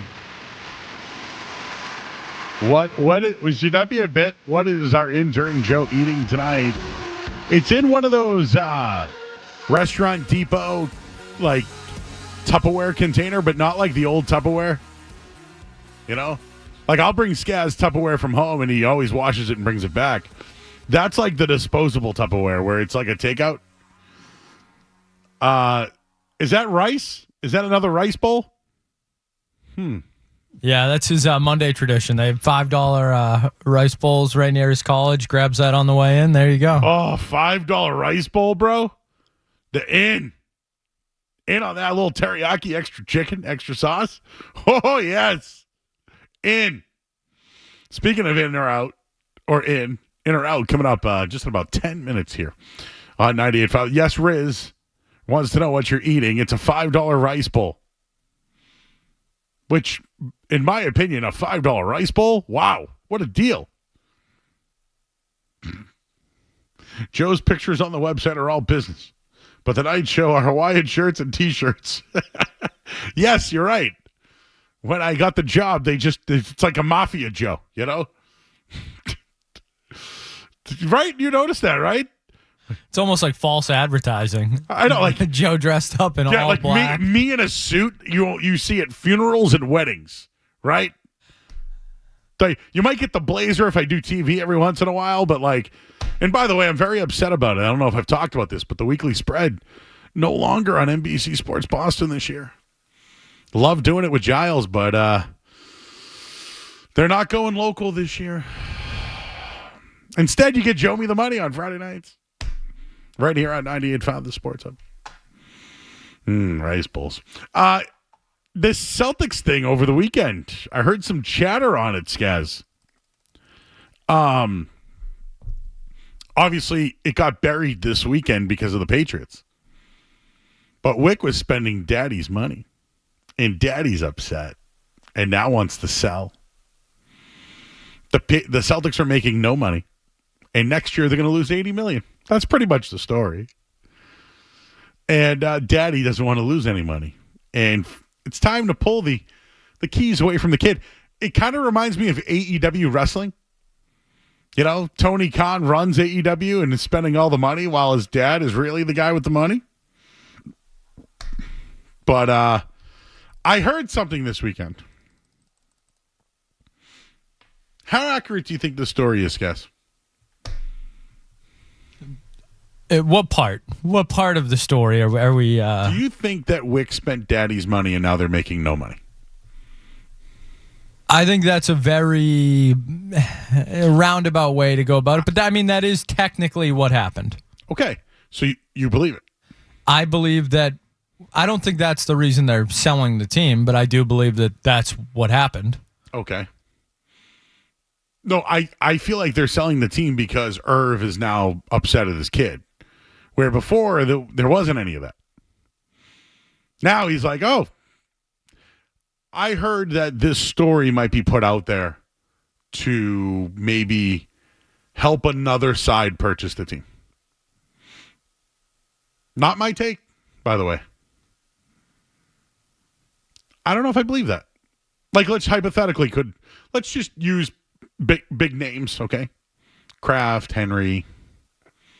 Could they plant stories like this? It was the New York Post. Sources are all over this thing. I thought it was interesting to hear that. I don't know if I believe it. But this thing came out on Friday on a Friday news dump, and I heard really nothing about it. I know Gasper and Murray had a little bit on it. I didn't hear anything elsewhere. I watched football all day yesterday. I didn't see one thing about this. And then today I saw nothing. You know what I did see today, though? The NBA coaches list. Where does Joe Mazzulla rank as far as coaches in the NBA? I'd at least say top 10, right? I'd at least give it. That's me being like, really just. I'm going top 10. You could probably make an argument top 5, right? Maybe. Where did he show up on a list today, Skaz? You see this thing? Yes, Joe. This was from CBS Sports. They did the top 30 coaches in the NBA. Eric Spoelstra, number 1. Fine. I'm fine no with problem that. with that. I'm fine with that. And then after that, well, it gets a little interesting. Where was Steve Kerr? Steve Kerr was number 4, Joe. Oh, really? Ime Udoka. Oh, better than Missoula? Number 8. And one Joe Mazzulla came in at number 11 on this list. So he can't even crack the top 10? I'm trying not to be a green teamer here. I know you think it's ridiculous, right? You just think it's abs. Who's ahead of him? Who's ahead of him? So ahead of Joe Mazzulla is Rick Carlisle, who's been in the league for a million years. Who got beat by who? We got beat by a much better roster with the Celtics, but did get beat by Joe Mazzulla. Okay. Oh, so now you bring in rosters into this. Well, I mean, it's all part of it, right? I thought it was coaches. I mean, coaching, you can only coach the roster you have. All right, fine. I think Joe Mazzulla is a better coach than Rick Carlisle, but okay. just trying to be transparent, Joe. Objective? Trying to be objective. So you have Will Hardy at number 7. I think that was a guy that was on the bench once, right? I think that's a little too high for Will Hardy. Okay. Ime Udoka at 8. Okay, fine. I suppose. I actually like Ime. I Yeah. think he's a good coach, despite whatever we know or don't know. We may never know. We may never know. Mike Budenholzer is 9. Is he even where Phoenix? He wasn't there last year, though, was he? I don't believe so. So Coach Bud didn't even coach last year, and he's ahead of Missoula? Out! Yeah, and then you have Tom Thibodeau at 10. Here we go. We got an article right here. Tom Thibodeau is ahead of Missoula? And I think Tibbs is a good coach. Oh, but he's yeah. a damn good coach. Ahead of Missoula? I mean, they have Greg Popovich at 14, Joe. So, are we really going to get that upset about a list? I think he's taking a big step back. I don't know. Wemby looked pretty good last year to me. Yeah, it was roster or coach, you know. Roster's pretty bad, and they roster is bad. I think he's also the GM last I remember. He was. Yeah, he got Tim Duncan. I know that as a GM. I just think if you're, I don't know, tough to have any NBA head coaching list where Greg Popovich is an active coach and he comes in at 14. Budenholzer didn't even coach, and he's in the top 10.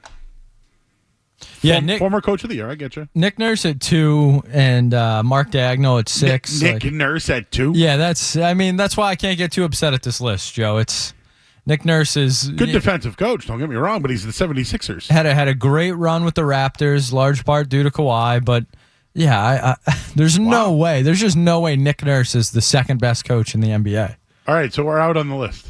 Yeah, Joe, I would say that's a hard out. All right, we're gonna write an article about this then, Joe. Get him on that. In or out on this list? I do like that they had J.J. Redick at 30. Oh, yeah, J.J. Redick. There you go. Worst coach in the league, hasn't coached a game yet. I think that one's right. I'll go with that. Speaking of in or out, we'll do that next here on 98.5 The Sports Hub. What's it gonna be, McFly? Are you in or out? More Joe Murray coming up on the Sports.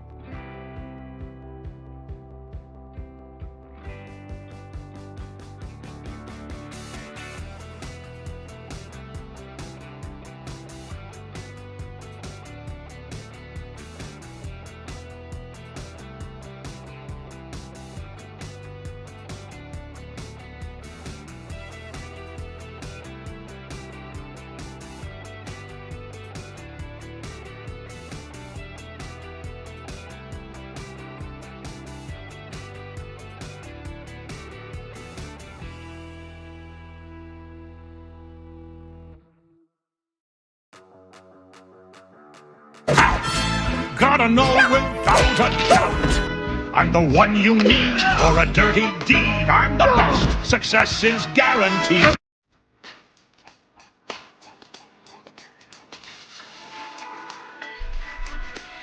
All right, in a row here on 98.5 The Sports Hub. You know what time it is. James Scaramazino. Don't call him Jimmy. Jimmy! The only time I ever yell Jimmy is when it's the shower scene and the Lufthansa heist just happened. And Ray Liotta's in there. Jimmy! Too many Jimmys in this place anyways, and Jim. There's a lot of Jims here, huh? Jim Louth, Jim Murray, Jim Stewart. When you say Jimmy, I just think, it's my cousin Jimmy's brother, the singer. Yeah, the singer there. Oh, yes. What's the song again? I can't remember now. These eyes. These eyes. Sing for me. Those dudes were yacked out. Drinking out of laundry detergent cans. Who puts beer in that, by the way? In the dancing. Never mind. What do we got tonight for In or Out? All right, Joe. We'll start at Burger King. Monday night edition of In or Out, Burger King. Can I just tell you? There's one thing that Burger King makes that's untouchable. It's like when I go to a Burger King, I'll get anything else, but this is the one thing I always get. A rodeo cheeseburger. It's so simple. Sesame seed bun, burger patty, barbecue sauce, 3 onion rings. That's it. And cheese. No lettuce, no tomato, no ketchup, any of that. Just bun, cheese, barbecue sauce, onion rings. Outstanding. Anyways, go ahead. All right, Joe. Burger King is reportedly releasing an Addams Family menu for Halloween month next month. The Addams Family menu will include Gomez's churro fries with chocolate sauce, a Wednesday Whopper that comes on a purple bun. Oh. Things rings and other things. The things onion rings. Just come in a special carton. No frills with that one. And Morticia's chocolate shake, soft serve chocolate cake batter, fudge, brownie bits, and sprinkles. That was a mouthful. You got any Fester Frosties or like That doesn't appear so. So, Joe Murray, are you in or out on the Addams Family menu? In. So, I don't know if you guys are old enough for this, but everyone knows the da-da-da-da, ch-ch. But MC Hammer, who was really big in the 1990s, I'm not sure if intern Joe would know this, but there was this guy named Hammer, or MC Hammer. And he had a couple of songs, You Can't Touch This, and Too Legit to Quit. Too Legit. Joe's aware. He said the big pants. Knows the big pants. Okay, all right Hammer then. time. Well, the Addams Family movies came out. Raul Julia and all them. Christopher Lloyd. And Hammer made a song called The Addams Family Groove. They do what they want to do, say what they want to say, live how they want to live, play how they want to play, dance how they want to dance because of the Addams Family. And it was the Addams Groove. It was the jam. Gotta tell you, in on the Addams Groove. So I'm in on the Burger King. All right, Joe, we'll stay with the world of fast food, and we'll head to Chipotle. A fixture in or out, it seems, at this point, but Chipotle has announced they've started using avocado robots to make guacamole in California. Joe Murray, are you in or out on avocado robots to make guacamole? I'm out. So some people may not like this. I don't like guacamole.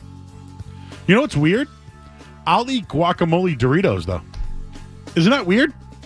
So I one time went to a Mexican restaurant, and an employee was squishing the guacamole next to me, and all I could hear was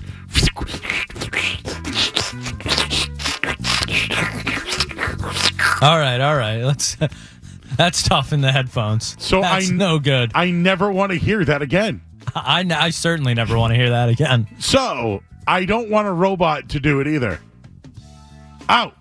Now, what am I going to... Imagine robots at Chipotle making your burrito? You know what's funny? Maybe their hands, their robot hands would have scales. And everything has to be like 2.4 grams or 3 grams. Why am I going with grams? Don't ask that. But I would like to... I don't want a robot to... Like, what about robots just with, like, ketchup? Or barbecue sauce? Why has it got to be the guac?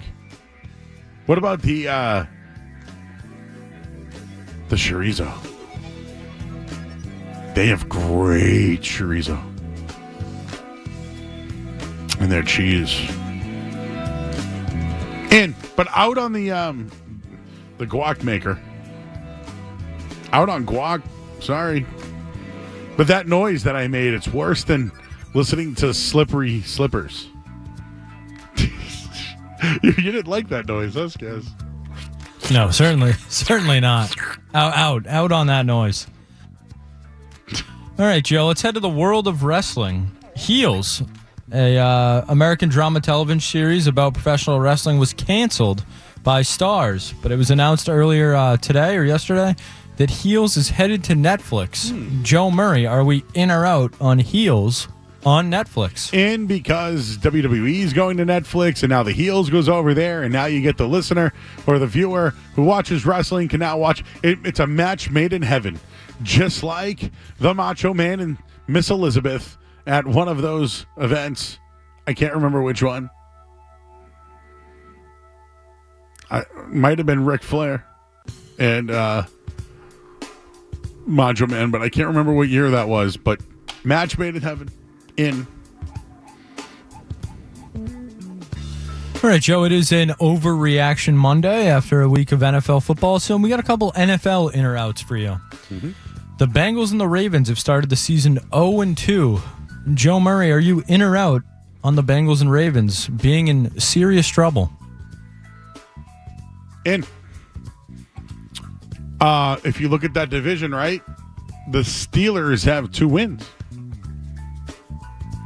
So I thought about Russell Wilson being traded. I thought about, like, maybe you should just go with Justin Fields with that defense. If you're Carolina, do you try that? If you're Miami, yeah. I still think Miami should call Jimmy G. And he just got reinstated today, by the way. Mike McDaniel knows him. Yeah. Same offense. Went to a Super Bowl with him. Not a Skylar Thompson believer. Rams were not good yesterday. No, and Cooper Kupp is banged up. I picked them to go to the Super Bowl. They're in trouble. But because here's the deal. If you can get only one team's probably going to go, right? The Ravens lost again yesterday, right? So they're all 0-3. Oh, 0-2, sorry. Yes, I'm worried. They all should be worried. All right, Joe, on the other side of that, the Bucks and Saints have started the season 2-0. Are the Bucks and Saints for real? Out.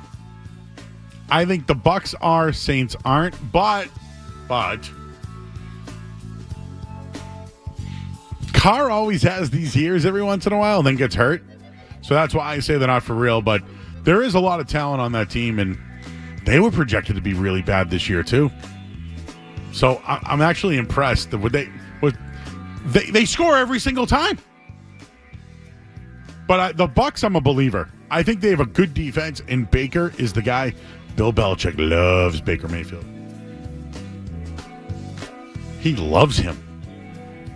The way he talked about him this week, oh boy. It was very Bellicrusty. Oh, Belichick's on the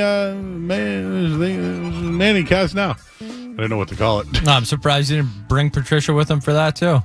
Seems like they can't get away from each other. Yeah, we'll tell you who Bill was hanging out with in a little while. Interesting. Anything else? That is going to do it for a Monday night edition of In or Out. All right. The Addams Family Groove, dude. I'm telling you, it was the jam. They do what they want to do, say what they want to say, live how they want to live, play how they want to play. He had so many jams at that time. Too legit to quit. You can't touch this. Have you seen her? Pumps and a bump. Pumps and a bump. Hammer was really good. I believe Hammer was from Compton. Oh, no, he was Georgia. But was he part of Death Row Records? I believe so. I'll have to look that up. I'm in on that, though, if he was. Imagine Hammer being on Death Row, in Death Row with Suge Knight. All right, we got hour number 2. Well, what hour are we? We're 2 hours. Wait. We're on hour number 3. It's no. Hour number 3 of the Sports Hub next here on the Sports Hub. WBZ-FM and HD Boston. Patriots! It's an all-new season for the Patriots. Wow. And you'll hear it all right here. Yes. Your home of the Pats. 98.5, the Sports Hub. Beasley Media Group Station. Sports Hub headlines. All right, Patriots lose 23-20 in overtime yesterday, and now they'll be without Juwan Bentley, at least for Thursday night's game and potentially the season, according to Ian Rappaport. Michael Jordan has been signed to the 53-man roster from the practice squad, and they have added a couple of practice squad players in DJ James and Mark Perry, both defensive backs. More NFL news. Bryce Young's bench from Carolina. They'll start Andy Dalton this week. Isaiah Pacheco, he's going on injured reserve. The team is working out Kareem Hunt. Also, the Patriots will miss Deebo Samuel and Christian McCaffrey when they take on the 49ers in Week 4. And Monday Night Football, Eagles and Falcons right now. Atlanta has a 3-0 lead, under 7 minutes to go in the third quarter. Headlines, they are brought to you by Rapid Flow Sewer and Drain Cleaning. This season, the last thing you want at your bar or restaurant is a sewer backup on game day. So call 800-286-FLOW or visit rapidflowinc.com. With Rapid Flow, one call solves all. I'm Joe Murray. Your next update soon. To us, Boston pride runs deep. I'm a Bostonian! This is Boston's home for sports. Bow, bow, bow! 98.5, the Sports Hub.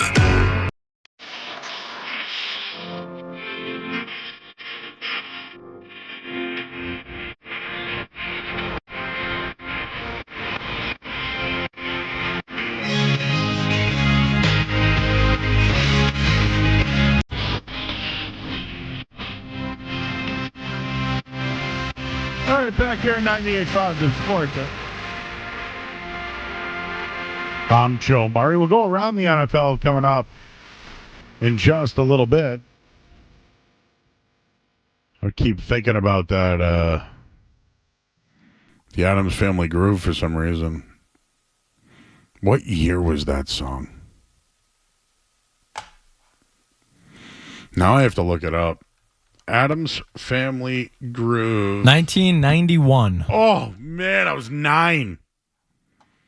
Like, imagine being 9 years old and Hammer comes out with the Addams Family Groove. And this was on the Too Legit to Quit album. He was a Grammy Award winner for this. Best rap solo performance for this. And it was a hit. I think this one was with when Fester got married to what's her name there? John Cusack's sister. And then she tried to blow up the house. But you can't kill Fester. You know what I mean? The one that's really kind of odd is the one when they go to summer camp.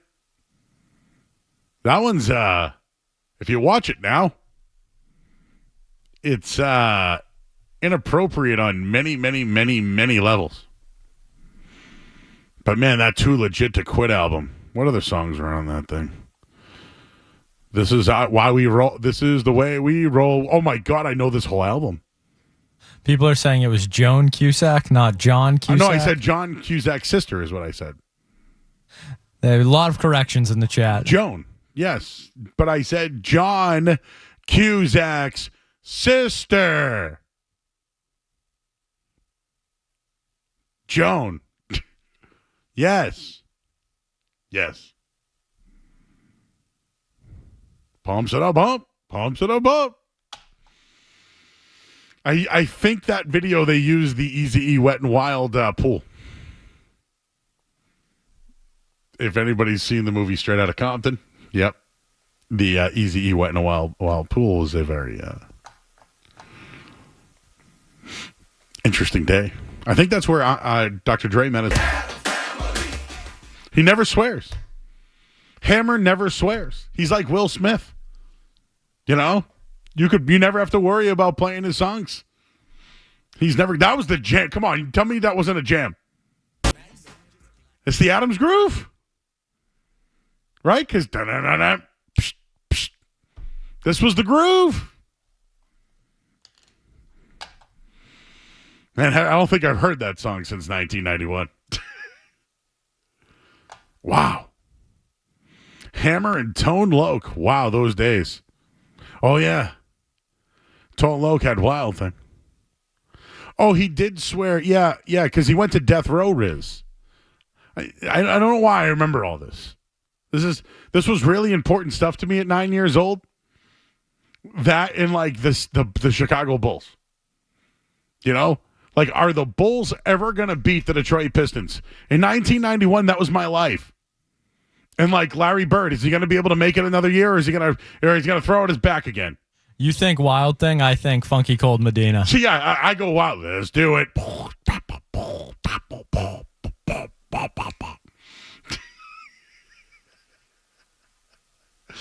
Beatboxing Joe. You know who could beatbox? Gary Tanguay. I was not going to get that one, Joe. I'll tell you that. That was definitely not what I was going to guess. Can't next. Pat says the starter pullover jacket. Oh, my God. I had two of them. I had a Yukon Huskies. Yukon Huskies. Yeah, I go Wild Thing. Let's do it. And Tone Loc was an Ace Ventura. He was a cop that helped Ace Ventura and came to find out that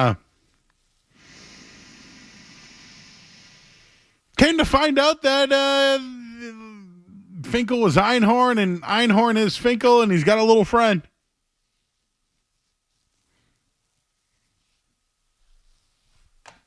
That's what happened.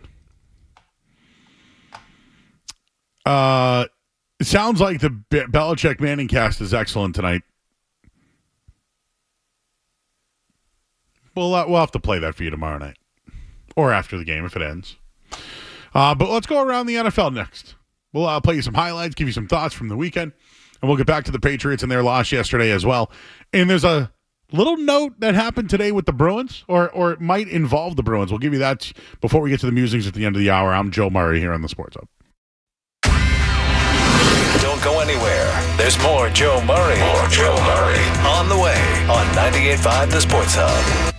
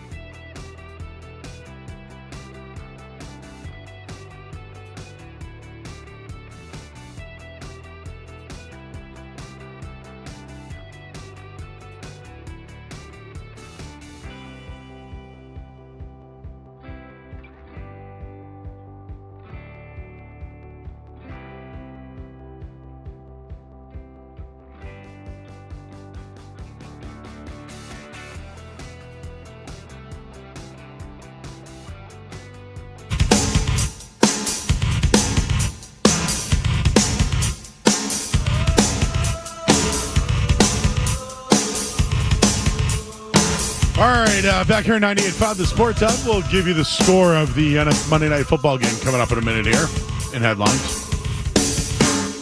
But why don't we go around the NFL, Skaz, and why don't we start with the Saints-Cowboys game because, I don't know what to believe with the Saints right now. 40 points in back-to-back weeks. But if you told me that Alvin Kamara was putting up 4 touchdowns a game still, because we had to look up his age today, and he's still only 29. But Kamara had a big day in the 44-19 win over the Cowboys. Let's hear that one. First and goal for 7. Handoff Kamara, left side. Still on his feet, left side. He came out of the tunnel, and Alvin Kamara scores the touchdown. He went into the tunnel and popped out on the other side, left side of the end zone. That's where it happened. Alvin Kamara. Can you believe that? Jeez. Touchdown. The old high school games. Touchdown. Alvin Kamara. I don't know what to believe of that team. I really don't. I'd like to fade them in their next game. Are you a Clint Kubiak believer? I don't know. They got the Eagles next. I feel like they come back down to reality. But who knows? They get the Eagles, Falcons, Chiefs, Bucks. We'll find something out about them over the next couple of weeks. Continuing to look around the NFL, Bucks Lions came down to the final play, and the buck stops here. If you look for that one, 20-16 win yesterday, and all the big numbers were the Lions. Baker Mayfield, of course, went 12-19, 185 yards. They only rushed for 70 yards. Chris Godwin had a big day, 7 for 117. Amon-Ra St. Brown had 11 receptions for 119 yards. So, if you can't find one on that one, guys, don't worry about it. Let's move along here. Oh, you got that? Let's hear the buck stops here. 6 seconds to go. Don't let them get it in, Bucks. 4-man rush. Here's the snap. Goff dropping, gets the pass away. Underneath, it is caught, and that'll be the ball game. Clock 0-0-0. He short hopped it. It was not cut, and the Tampa Bay Buccaneers have defeated the Detroit Lions. Decker off. 20-16. This was a big play. I watched it. The Vikings got a 23-17 win over the 49ers. And it was a very, very, very, very long pass to Justin Jefferson from Sam Darnold. Let's hear that one. 2nd and 9 for the Vikings from their own 3. Darnold under center. Play action to Jones. Back to pass. Bosa picked up. Deep shot. Jefferson. Yes! Caught at the 50. Heads left to the 40. Cuts back to the 25. Heads to the right. He's trying to outrun the Niners. To the 5. Touchdown! A 97-yard touchdown! Dude, that place was loud. Wow. You hear how loud that place was? Sam Darnold, 17-26, 268, 2 touchdowns against his former team while Brock Purdy struggled. Jordan Mason had another 100-yard game for the 49ers, though. But Jefferson did leave the game with an injury. I don't know what the status is with him, but that's going to be a big blow if he's not ready to go. One of the picks I had yesterday was the Baltimore Ravens. And, it didn't really work out for me. But it did work out for the Vegas getting their first win. Officially a 38-yard field goal for Carlson. He has hit 3 today. It is just inside the left hash. Bobenmeyer the snap. Cole puts it down. Laces are spun. The kick is up. It's angling towards the uprights. And it's good! Daniel Carlson, with 27 seconds to go, puts the Raiders in front 26-23. Man, losing to the Raiders. 0-2 start now for the Ravens. Just to give you some other scores while we're at it. Colts lost to Malik Willis and the Packers 16-10. The Giants lost their kicker, therefore couldn't even try to win the game. They lost to Washington 21-18. Jaden Daniels not a good day, but 226 yards passing. Malik Neighbors had a huge day, 10 receptions, 127 yards. The Chargers destroyed the Panthers. Justin Herbert had 2 touchdowns. Dobbins rushed for 131 yards, while Quentin Johnston, who hasn't done anything, had 2 touchdowns in the win. 26-3. Panthers, again today, have removed Bryce Young as the quarterback and added Andy Dalton. Another one here is Browns-Jaguars. Jags start 0-2. Down, they lost yesterday 18-13. Not good. Yeah, and just on that, and I feel bad for our good friend Kendra, but Trevor Lawrence has not won a game as a starter in 290 days. He has the second longest active losing streak for a starting quarterback, and the guy in front of him is Geno Smith's backup. Sam Howell lost 8 in a row. Trevor Lawrence has lost 7 games in a row as a starter for the Jaguars. The little I've watched, their offensive line stinks. 4 sacks, he can't do anything. They haven't run the ball. At some point, did Tank Bigsby even play yesterday? I was looking at this. So Travis Etienne, he scored a touchdown, but he also has had fumble problems. I saw him taking shots after the game too, saying they need guys to work harder and stuff like that. So it's never good when the running backs taking shots. I feel like it's the coach. I don't know why. I feel like it's the easy thing for me to do. But Brian Thomas had another big catch. Had 94. He's a good player. I'm not ready to give up on the Jags just yet, but I will tell you the Browns are better than what we thought. And their defense was pretty good. Jerry Jeudy's played well for them. Who would have thought that he would have been I guess they would have thought that he was pretty good there. Let's listen to the Rams-Cardinals. So all week long, Marvin Harrison Jr. wanted the football, and nobody knew how to get him the football. So what did they do? They threw him the football 4 times in the first quarter, and this is what happened. Murray under center. Takes. Play action. A boot to the right. Murray looking downfield. Now lobs it deep. Near side. Harrison caught it at the 20. At the 10. Harrison dives for the end zone. He's in. Touchdown. People wondered after last week about Marvin Harrison Jr. and the one catch. Whether that was a sign of things to come, I guess not. What a dominant first quarter for Marvin Harrison Jr. Well, maybe that will happen with Pop Douglas this week. How do you get Pop the ball? Pop's got to get the ball more. Maybe they give Pop the ball a little bit more. And, of course, the Jets take on the Patriots this week. But it wasn't pretty. They won 24-17. Will Levis had another interception. Again, wasn't pretty for the Jets by any means. Aaron Rodgers threw 2 touchdown passes, and Braylon Allen scored a touchdown as well. Let's hear the highlight from the Jets game. 2nd down and 6 at the 26 of the Titans. Empty backfield, 5 wide for Aaron Rodgers. Takes the snap, drops back, 4-man rush. Lobs one down the right side at the goal line, leaping attempt. Wow. Caught, Breece Hall. Oh, that's a Jet touchdown. Breece Hall climbs the ladder, and Aaron Rodgers drops in a perfect dime, and the Jets have the lead. Jets win 24-17, take on the Patriots this week. Just to wrap up the rest of the game, the Steelers win 13-6. Bo Nix, 2 interceptions. The Chiefs, guys, I thought that was the softest call. This is the stuff that used to happen to the Patriots. But it's 4th and 11, right? Because they had the false start. Chucks it downfield, incomplete. But a late flag comes in. Puts them in field goal range. If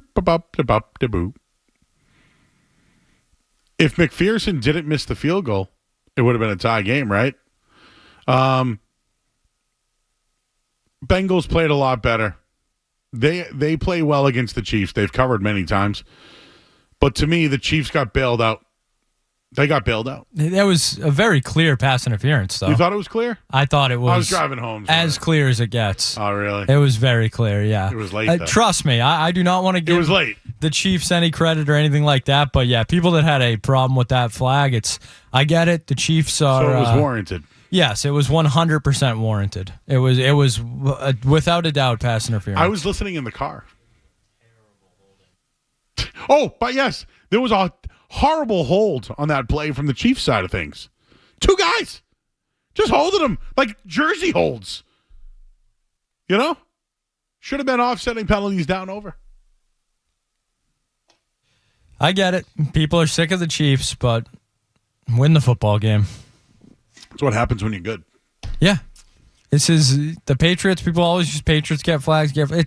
You know what happens, Joe, is when good teams with good quarterbacks, and Patrick Mahomes did not have a very good day, but Andy Reid, Patrick Mahomes, when teams like that get flags, they capitalize on the opportunities. They make the most of it. So that's what fans remember. That's what sticks with you. It feels like the Chiefs are always getting the benefit of the doubt from the refs because when they do get that extra opportunity, they're going to make the most out of it. Whereas the other teams, your Giants, Commanders, Jaguars, we just mentioned, those teams get the extra opportunity. They don't take advantage of it. They don't get points out of it. And so we don't remember the flags. But when it's the Chiefs, when it used to be the Patriots, you get the flag, you get the points.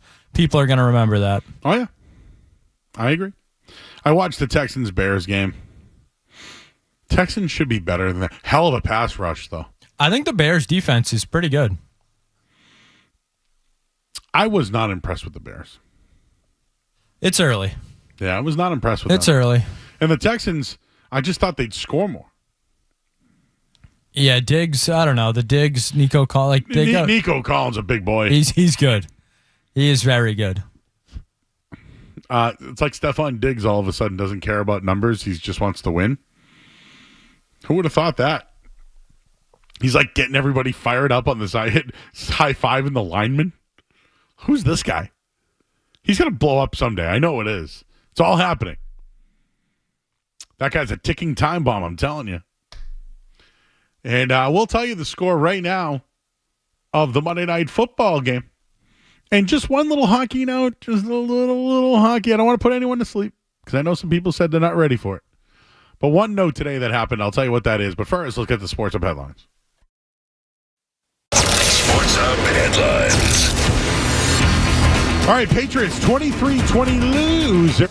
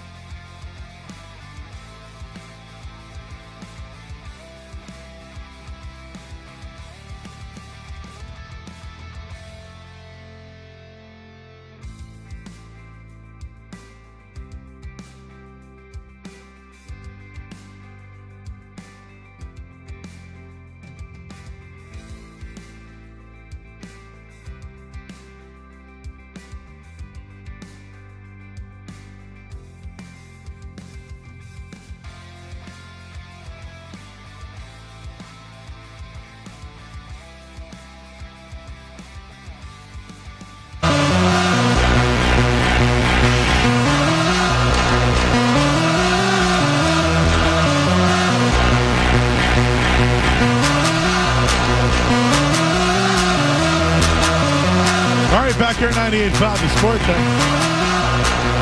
We're about a week and a half away from Bruins hockey here on 98.5, the Sports Hub. You ready? You ready, Skaz? Sunday afternoon. Wait, this Sunday? This Sunday, Joe. New York Rangers. 5 o'clock, I believe. Ugh. So we're going to be interrupted by preseason games? Well, luckily the Patriots are on Thursday night this week, so just a happy little accident there, as Bob Ross would say. So you have just so everyone knows. Sweet Skazzy. That'd be your rap name. Or DJ Skaz. Has the night to himself on Thursday night. I'll be on the Felger Maz program helping out Jay Stu, but yes, and I will be free at 5:30. But at 8 o'clock kickoff, 8:15, whatever it is. I will be on my couch. You will be home. Like at 8 o'clock, just watching football, hanging out, man. By yourself. Like, I'm like happy for you. Might have a couple buddies over, Joe, watch a little football. I'm like really happy for you. And then all week, Friday, we just get to wake up. So here's our schedule this week, by the way. Good one this week. Tomorrow's a full show. And we'll react to more things that we couldn't tonight because of football, obviously. And then Wednesday, there's a Revs game here on 98.5 The Sports Hub. So we'll be here from 7 to 7:30. And then the Revs kick off at 7:30. And then we're on after. So kind of a fraud shift. Some would certainly call it that. Then Thursday, there's no show. You work the Felger Maz show. I work post-game. But whatever. All I got to do on Friday is wake up, get here, and react to the game. Plus, there's college football and all that. So, and I have the weekend off. So, not to talk about me anymore. Because, this is the calm before the storm. Bruins start, Celtics start. And then we're here every night for Bruins Celtics games. But something happened today that I wanted to bring to the table regarding the Bruins. John Henry is spending money, everybody. Today, the Pittsburgh Penguins agreed on a 2-year contract extension with Sidney Crosby. It's 2 years, $8.7 million. So Crosby is committed after this year till the 26-27 season. He's 37 years old, so he's probably going to play until he's 40. One of the best players of this generation. So now he has signed an extension.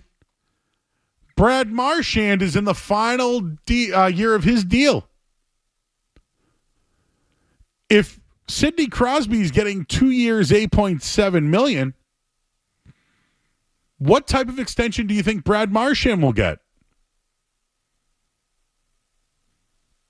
Like, is 2 years, 8.7 too much for a Brad Marchand type? I think so. I'm actually kind of curious what a good number would be for an extension for Brad Marchand. And here's the other thing I wanted to bring up. Who would sign first? An extension for Brad Marchand or a Jeremy Swayman deal? No, you got to get Swayman done. No, I get you. Yes, I agree with you. But did you see what KPD posted today? Kevin Paul DuPont of the Globe mentioned the Bruins could be starting the season on Sunday with 2 goalies that, pretty much aren't Jeremy Swayman. This guy seems to be in the know. I wouldn't worry about Swayman not being there for a preseason game. I'm not going there. When do you get worried about Jeremy Swayman? I don't know. But back to the Sidney Crosby extension. If he gets 2.2 and 8.7, what's Marchand get? 2 for 6.3, Joe? Just do the same number He's number 63. Crosby's number 87. You know? Oh, I like that. That's what they all do now is they get their jersey numbers for contracts. The goalie with Nashville did it. Yeah, it's like the new thing in the NHL. So what? So 6.3 would be 3.15 a year. I think you probably have to give him a little bit more than that, but I mean, is Crosby worth more than Marchand? Yes. Okay. So a 2-year extension worth about $8 million. Crosby, I think, hasn't missed a game in 2 years and is 95 points a year. He plays center. It's how the money works. So 3.6. I think that's low, but yeah, 4.5 maybe. I don't know. I have no idea. 7.2, 8.6. It's close. And you're right. One plays center. One plays more games. One puts up more points. One is older. Well, I guess they're about the same age, right?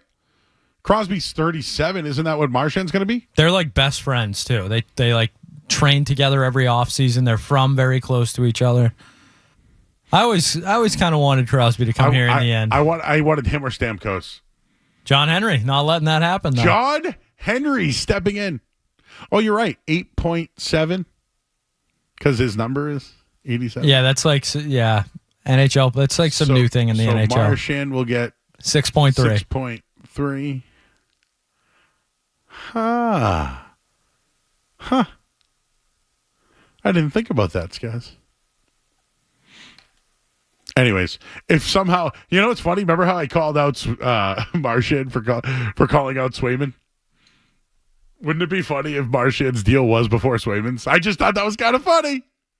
And that's the Bruins saying, that's what you get for not talking in the media. Yeah, because Marchand doesn't talk about contracts. That's specifically what he said. Don't talk about contracts. Oh, that'd be great. Because we had it first. That's why I like it. Anyways, Sidney Crosby's got a new deal. When's Marchand getting his? And what the hell's going on with Jeremy Swayman? When do we start to get worried? That's a great question, Skaz, and it could be an article. I just don't have the patience for 300 words for that one. Unless Joe does. Our intern Joe. That now everybody is calling Joseph. Or what do they call him? Riz is giving him a couple of nicknames. Riz. I believe Joe is from the almost Riz's area. Right? Riz is from Providence. Oh, he's from New Bedford. Okay, isn't New Bedford and Providence not too far apart?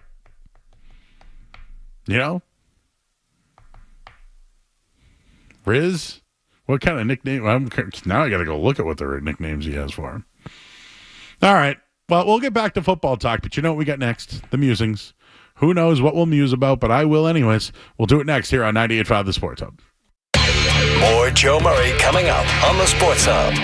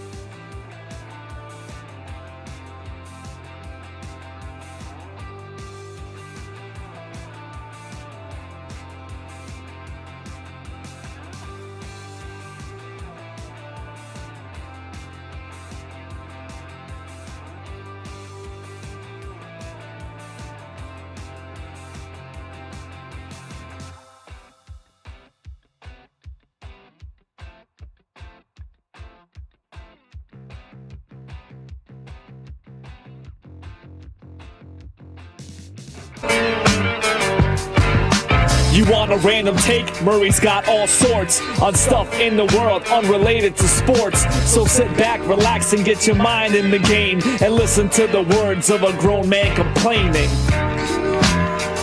All right, Murray's Musings here on 98.5 The Sports Hub. Saw the owner, Jeff. He said hello. We sat down. And as an appetizer, guys, we got a full rack of ribs. And then we watched UFC from the Sphere. And I thought I was tripping for a little while. I'm not going to lie to you. That hasn't happened in many years for me, but I have this special box now that I can get all the channels. But anyways, I watched the UFC from the Sphere.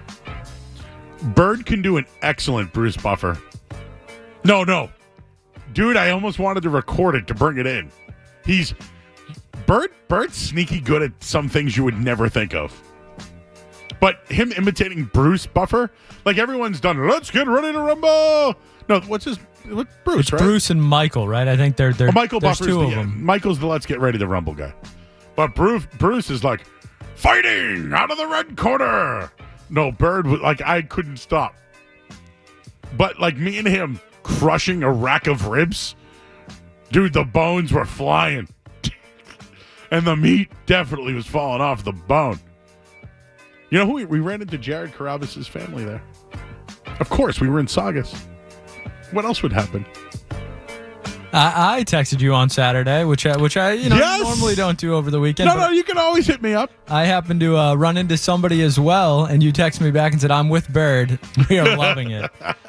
Yes, I happened to walk into a bar on Saturday night, and who was there but one legendary Chachi LaPrette doing Beatles night at the bar. That's Beatles. I don't have a good Chachi. It was, I got to meet him. It was Super Beatles nice night? guy. It was Beatles night. Was it trivia? Totally. There was like a little trivia. I think some people were asking questions and stuff like that. But yeah, it was just very funny. Never met Chachi. Heard of the legend from Fred back in the day, listening to mornings, and was a super nice guy. He sends his best to everybody here. Loves Fred and Hardy.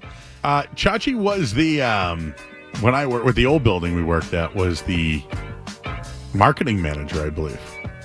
So he was the one who set up all the events, and I'd see him in the hallway with his great set of hair. Has he still got a good set of hair? Great set of hair. Looks like one of the Beatles. Yeah, no. Do you know what's funny? Whenever I tell people, hey, I work for 98.5 The Sports, everybody goes, is that what Chachi works? Everybody. Like, to this day. Guy's a legend. But who hasn't heard Weekend with the Beatles? Or whatever. I don't even know if it's still going anymore. Oh, yeah. He was still, I think so. Wish I could do a good Chachi. I can't. Fred.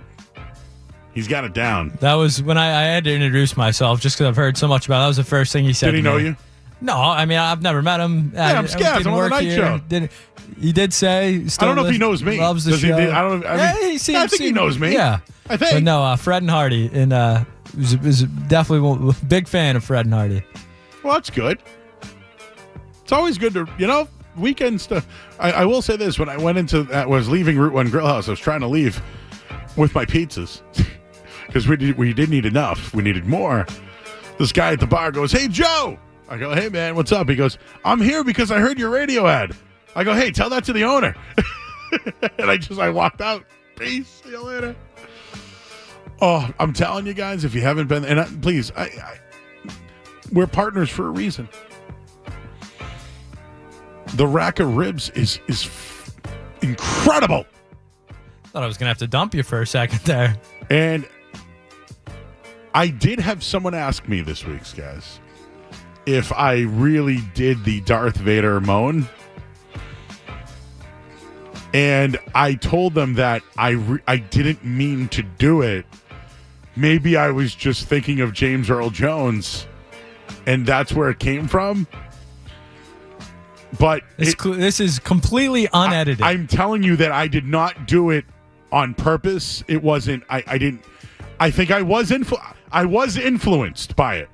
Zero editing. But this is.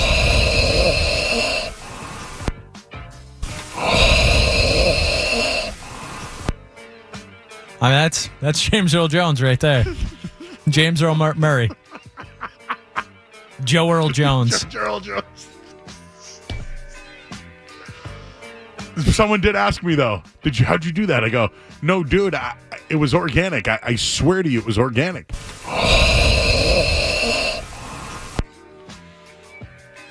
We really need the dun, dun, dun, dun, dun, dun, dun, dun, dun.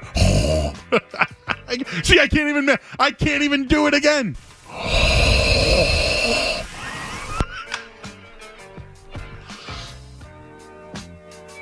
Oh, what else was I going to talk about here? Oh, Joe Murray's favorite frozen pizzas. It's about to go live.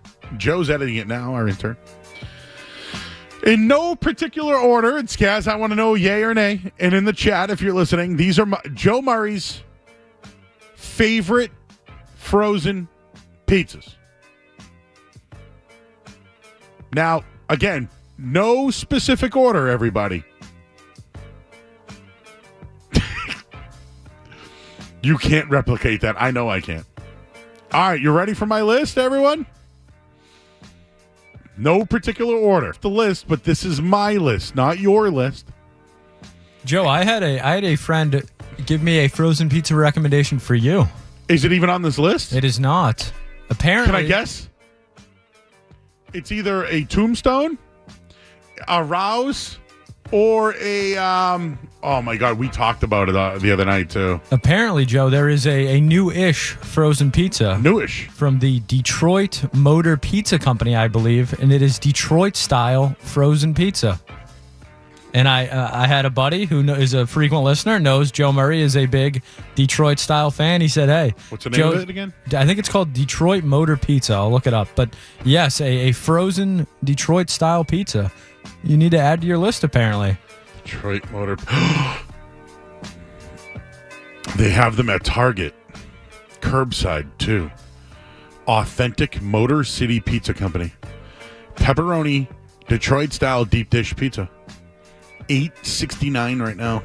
It's a 26-ouncer. It's got 69 reviews. Nice. 81% 5-star reviews. I only heard good things. Oh, baby. Might have to get a review this week. A Joe Murray review. City Pizza Company 5 cheese bread Detroit-style deep dish pizza as well. But it's all about the crust. And it's authentic. See, would you go 5 cheese or Roni? I'm a Roni guy, Joe. Me too. Oh, the edges. Look at the edges. Oh, this is fantastic. This has changed my mood. You might be heading to Target this week. I have a pickup. I have a Target app. I just go right on the app and I buy it. And then I tell them what time I want to pick it up, and I pull right up. I tell them the space number I'm in, and they drop it right in there. You ever done that before? I've seen it done. I have not participated in the Target pickup. Oh, yeah. Who wants to walk around a store? You're in and out like a fast food restaurant? Dude, just in and out? Where I live, right? Okay, I live on the Vegas Strip of the North Shore. Like Route 1's got it all, baby. But you know what? If you get into Danvers, you can get off at Endicott Street, dude. Listen to these options, Skaz. Not only do you have a Taco Bell, Wendy's, McDonald's, Burger King, Sylvan Street Grill, Arthur's. I'm sorry? Arthur's. Athas, not Arthur's. Arthur's. But across the street, they have a Kelly's roast beef, and a Friendly Toast, and then a Firehouse Subs. There used to be a Denny's there, but they got rid of it. And then there's they have an Aldi. It's like Christmas. There's a Michael's there if you need it. An AutoZone right there. It's got it all. Like, seriously, this is Vegas out here. Everything's right there. Tomorrow morning, could put in a Shaw's order, right? Because I'll get my Frannies. That's my seltzers that I get. And then I could pop right over to Target and do it all without getting out of my car. The apps are fantastic. This Motor City Frozen Pepperoni Pizza, Detroit-style, authentic Motor City Pizza Company pepperoni, Detroit-style deep pizza with the authentic crust. And it says something's included. Now I need to look and see what this is. Tray included, Skaz. Tray included. We got something here, fellas. We got ourselves a situation. Oh, Riz is calling me lazy, but you know what, Riz? It's better to be smart. Work smarter, not harder. By the way, entertainment news, if this is even news, but looks like anymore, huh? He's out. He's out? He's officially out. Don't push me, cause I'm close to jail. Sorry, not to make that a funny situation. But anyways, there's my frozen pizzas. That Detroit-style Motor City, man. Dude, listen to these. They got Supremes. They got this is just, You can DoorDash it, too. And Instacart.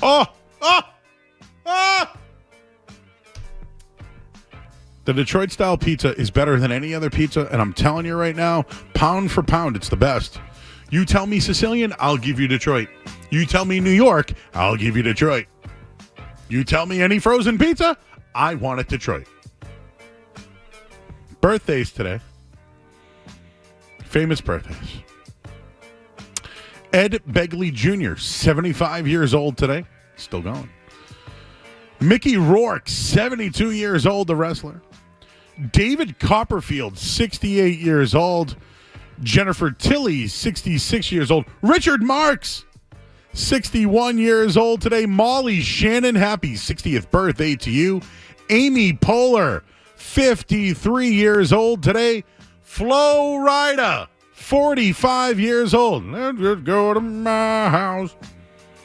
Alexis Bledel, American Idol, keeps popping up. Maybe we should have a Joey Idol. Madeline Zima, 39 years old today. Nick Jonas, 32 years old today. Peter Falk, Oral Hershiser.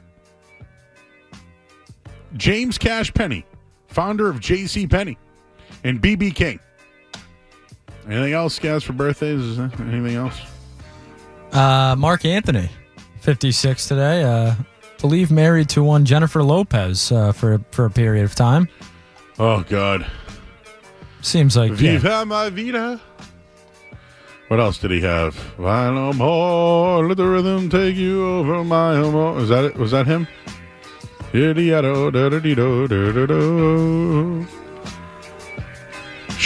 many times has she been married? Yeah, whatever. Yeah. I saw some graphics that were basically like she's on the Kevin Durant trajectory. She's trying to get her fifth ring, bouncing around. Oh, that can. Okay, all right. But no, I hope all the best for J-Lo and Ben, you know? Yeah, well, she was holding Matt Damon's hand the other day. I don't know what all that was about. I think that's all I got for birthdays today. I got David Copperfield. Yep, got that one. 68. Yep. Aaron Gordon, 29 years old today. Robin Yount. Hall of Famer. Tim Raines. Rock Raines, Hall of Famer as Hall well. of Famer. Wow. Good baseball day. Oral Hershiser, not a Hall of Famer. I have been told that the Motor Pizza City frozen pizza is excellent. I've also been told that the frozen Freshetta pizza, which I left out, it didn't make the list, Freshetta, but it is good. I also left out Red Baron. And I guess Wegmans does carry Motor City Pizza, according to Elvis on Twitter. Joe, it is one Kachuk's birthday today. Which one? It is Brady Kachuk's 25th birthday today. Brady. Keith, Brady, and Matthew. Some people think that Brady might be better than Matthew. Ooh, who's the best hockey family of all time besides the House? Well, the Gretzkys have the most points, I think, That's for a true. family. Because Keith has one point, I believe. I didn't put pizza bites on the list, David, but I put pizza bagels. And I left Hot Pockets out of them because they're more of a pocket than they are a pizza. Yeah, that's like a calzone. Daniel says, Joe, I know you're going to pick one up in the next 3 minutes. I'll wait. You know what I'm a sucker for, though, on the way home some nights? I haven't done it in a while. But the Domino's thin crust extra sauce. Oh. All right, we got to go. There's your musings for tonight. And I'm going to post that to the internet. And our intern, Joe, did that. It's my list. He just edited it. He's the curator. That's right. That rising crust, though, DiGiorno.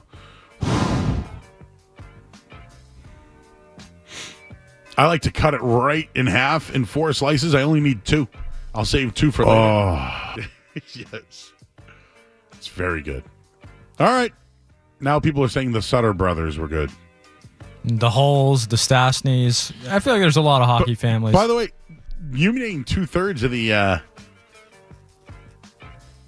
the old Expos outfield, I believe, right? Rock Raines was one of them. Who else was? Oh, no, Robin Yount was on another team. Never mind. I was trying.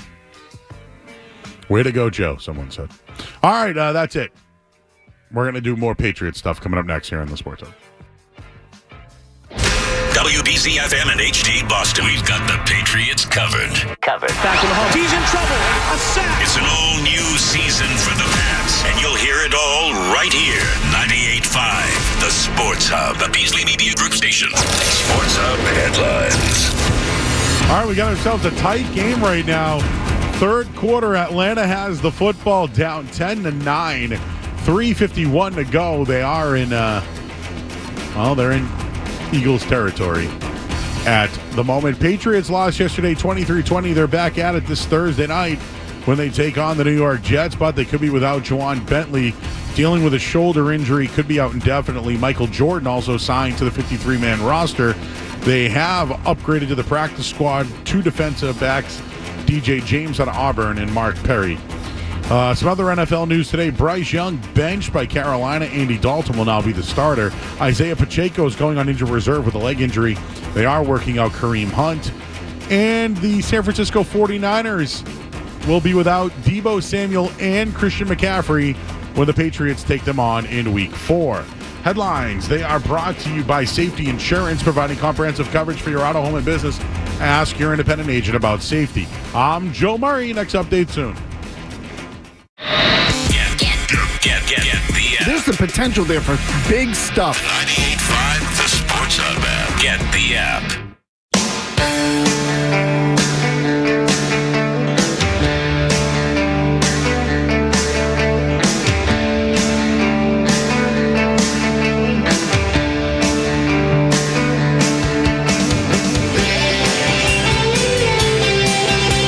All right, back here at 98.5, the Sports Hub. All right, the Patriots game right now from yesterday is on. It's on the NFL Network, and the Seahawks just blocked the field goal,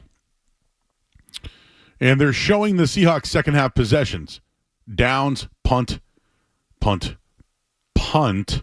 So three punts, 1 downs, 0 for 4. But yet blocked the field goal, try to stop them with 3 minutes to go, and they couldn't. They couldn't. And you know what? I'm watching Jelani Tavai in the middle of the field here, Skaz. They went with Tavai and Raekwon McMillan, 3 down linemen, 1 pass rusher, 2, and they went prevent. Why? Why did they go prevent? And Jackson Smith and Jigba's lighting them up over the middle of the field. So if I'm the Jets, that's the one thing I'm looking at. How do they look in the middle of the field? A 3rd and 1 situation with 2:51 to go. Geno Smith checks out of the play. Looked like it was going to be a run. They check out of it. They get tight. And they leave McMillan, and then they put Gonzalez in motion right here. And they hand it off to Charbonnet, who gets the first down. But they literally moved. They left Raekwon McMillan in the middle of the field by himself. They went tight, and they ran right up the middle. I feel like they found something and adjusted quickly. That was one of the biggest moves when it came to coaching matchups. Seattle was able to figure it out quicker than the Patriots. And now it's first down, and what do? They go over the middle again to Charbonnet.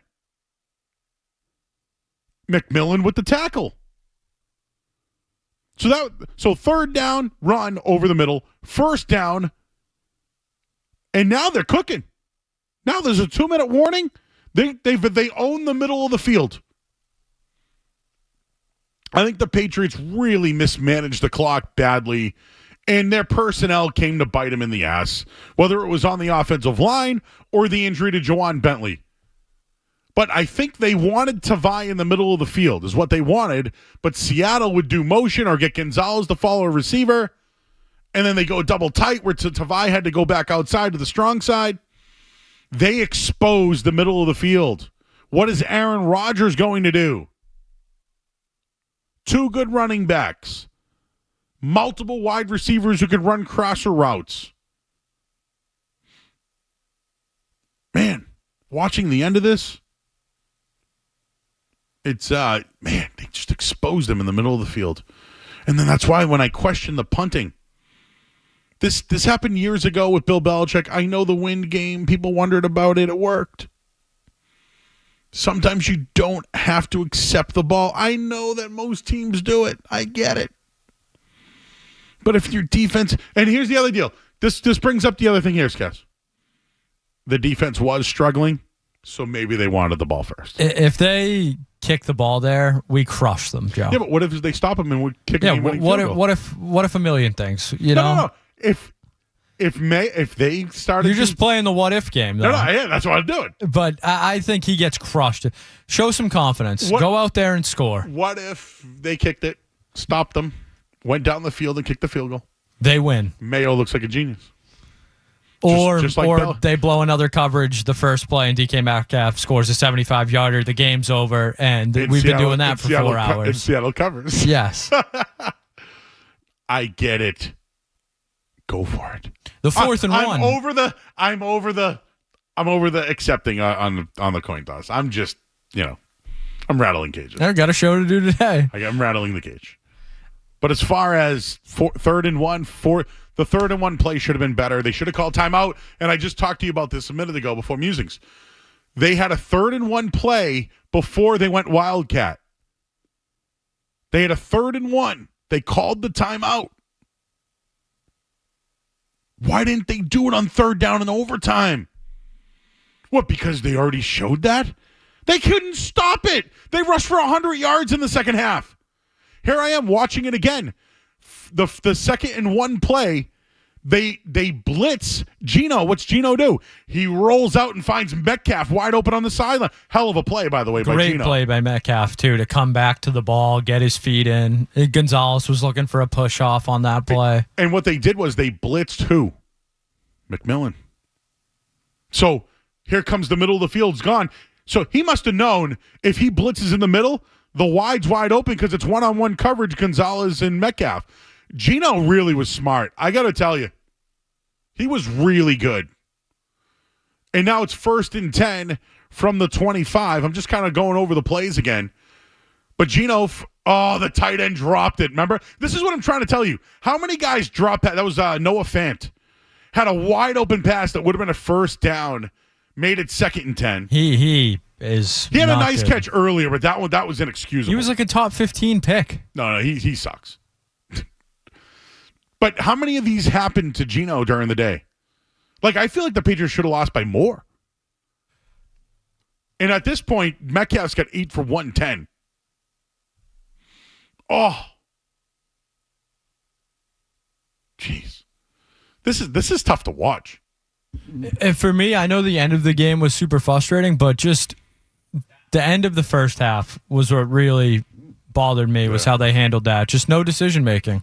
The play that just happened was Geno rolling out, finding Metcalf, who hurdled somebody. And I think they went to a 3rd and 1 and got it. Do you think Peppers was playing a little aggressive, like college tackles almost? Like more like a missile? That's kind of who he is, though. Like, you take the good with the bad. I'm still a Jabril Peppers fan, but yeah, he gets a little reckless at times, but It's kind of part of his game. Sometimes he forces a fumble. Sometimes he whiffs on a tackle. All right. Well, I'm going to watch a little bit of this. And I want to get back into the coaching matchup. Oh, we will have to do May Watch before we go home as well. So we'll do that. We'll recap. I'm going to watch the rest of this. And I'm just going to look at everything the Patriots did wrong. Because, man, that was a winnable game. Do they have another winnable game on Thursday night? The betting odds are telling you no. But we'll have more for you coming up next here on 98.5 The Sports Hub. Don't go anywhere. There's more Joe Murray. On the way on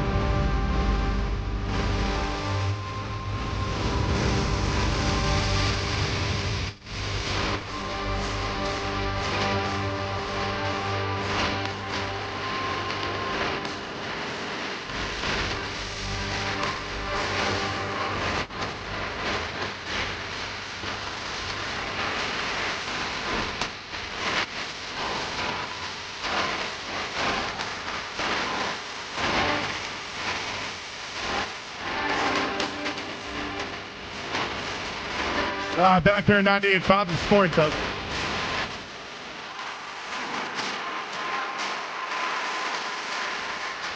We're on May Watch.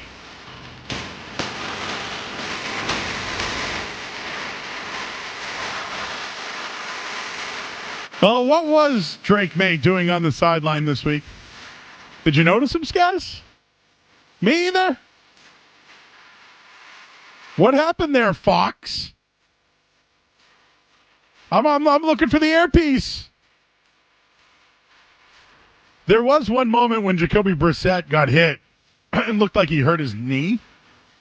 And I was listening to I was working the game yesterday, so I heard it on the radio broadcast. And he goes down, and all of a sudden Zoe goes, he better go pick up his helmet. He also took a big hit at the end of the before the overtime. How does this guy last 2 more weeks? Doesn't matter. You know why? Blast it.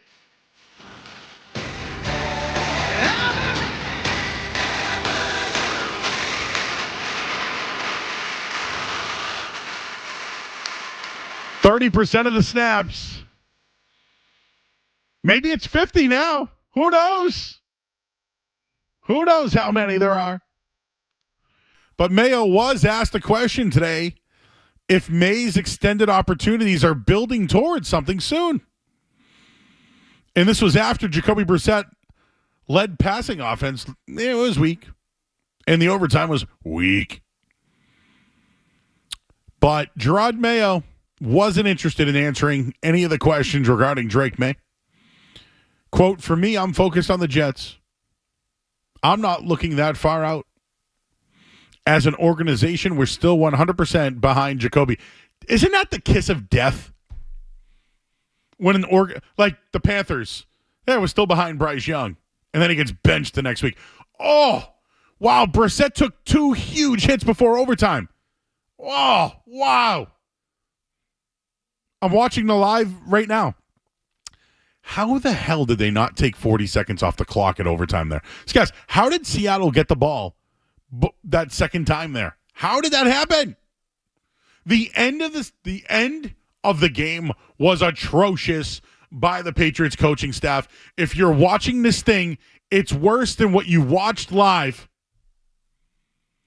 How did the Pats get the ball under 50 seconds left and have to punt it and gave them the ball back with 15 seconds? How did that happen?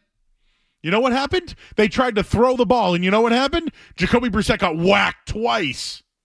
Whacked. At some point, Drake May is going to have to play because of injury. Like, I credit Brissett for everything he's done so far, and also the reason why they can't throw to wide receivers is because of Jacoby Brissett, and I'll stay on this take. I'll die on the hill. Just like I died on the Bailey Zappi was better than Mac Jones Hill, which I won. I think that they're being conservative, in Brissett in particular, because Drake May is on his heels. He knows it. Of course he knows. They gave him $8 million to know it. He'll be ready. It's May watch time. This thing's closer than we think. Now, I don't think it will happen on Thursday Night Football. I think Brissett goes out there and tries and probably gets hit again. Has 11 days off and is ready to go versus the 49ers. If things get out of hand in that game, I would not be surprised if we saw Drake May get wash-up duty, mop-up duty, and then starts the following week. I still think the best-case scenario for the Patriots is Brissett to start this year and start beyond week 4. But it sounds like they're ramping it up now. Could it go from 30 to 50 to 70 and now all of a sudden he's starting? That could happen within 3 weeks. It really could. But on the sideline, didn't see the earpiece yesterday. I don't even think I saw him on television. I don't even think I saw him. You think we see him on the national game this week, guys? They should just have a May camp. Standalone game. We're going to get some Drake May. We're getting May. We're getting May watch. Not this week. I looked. I watched the whole game. I was like trying to find I was trying to timestamp, you know. Oh, we need this one. I don't know. Is that Zoe audio in the system app? All right, whatever. I looked. We have 2 sacks in the system, but he doesn't mention it on either of those. He got crushed on a... Dude, just watching just now, he took 2 huge hits before the overtime, before they had to punt it away. Wow. Oh, I see Drake May on the sideline right now, sitting next to him. He's reading a playbook. Or is he? I don't know. What is he doing? All right, we'll start looking ahead a little bit here, and we'll get into more of what happened in this loss. I'm about to watch overtime on the NFL Network right now. And just for those that were listening earlier, Matthew Judon has a sack tonight. And the Eagles are losing as of right now? They're in the red zone, but they are losing. But that would mean the Falcons are covering, right? As of right now, as of this very second. Oof. There goes Jalen Hurts trying to do it all again on his own, right? Well, we'll tell you the score right now in this Monday Night Football game, and we'll have more on the Patriots as they take on the Jets, and I'm now about to watch overtime, and I'm going to flip out. I still can't believe the Seahawks didn't cover. I don't like a push. I don't want to lose, Skaz, but I don't want to push. It's like beating the dealer in blackjack, and then you push. Oh. Anyways, here's the Sports Hub headlines. I'm Joe Murray. Sports Hub headlines. All right, Patriots, 23-20 losers to Seattle. And while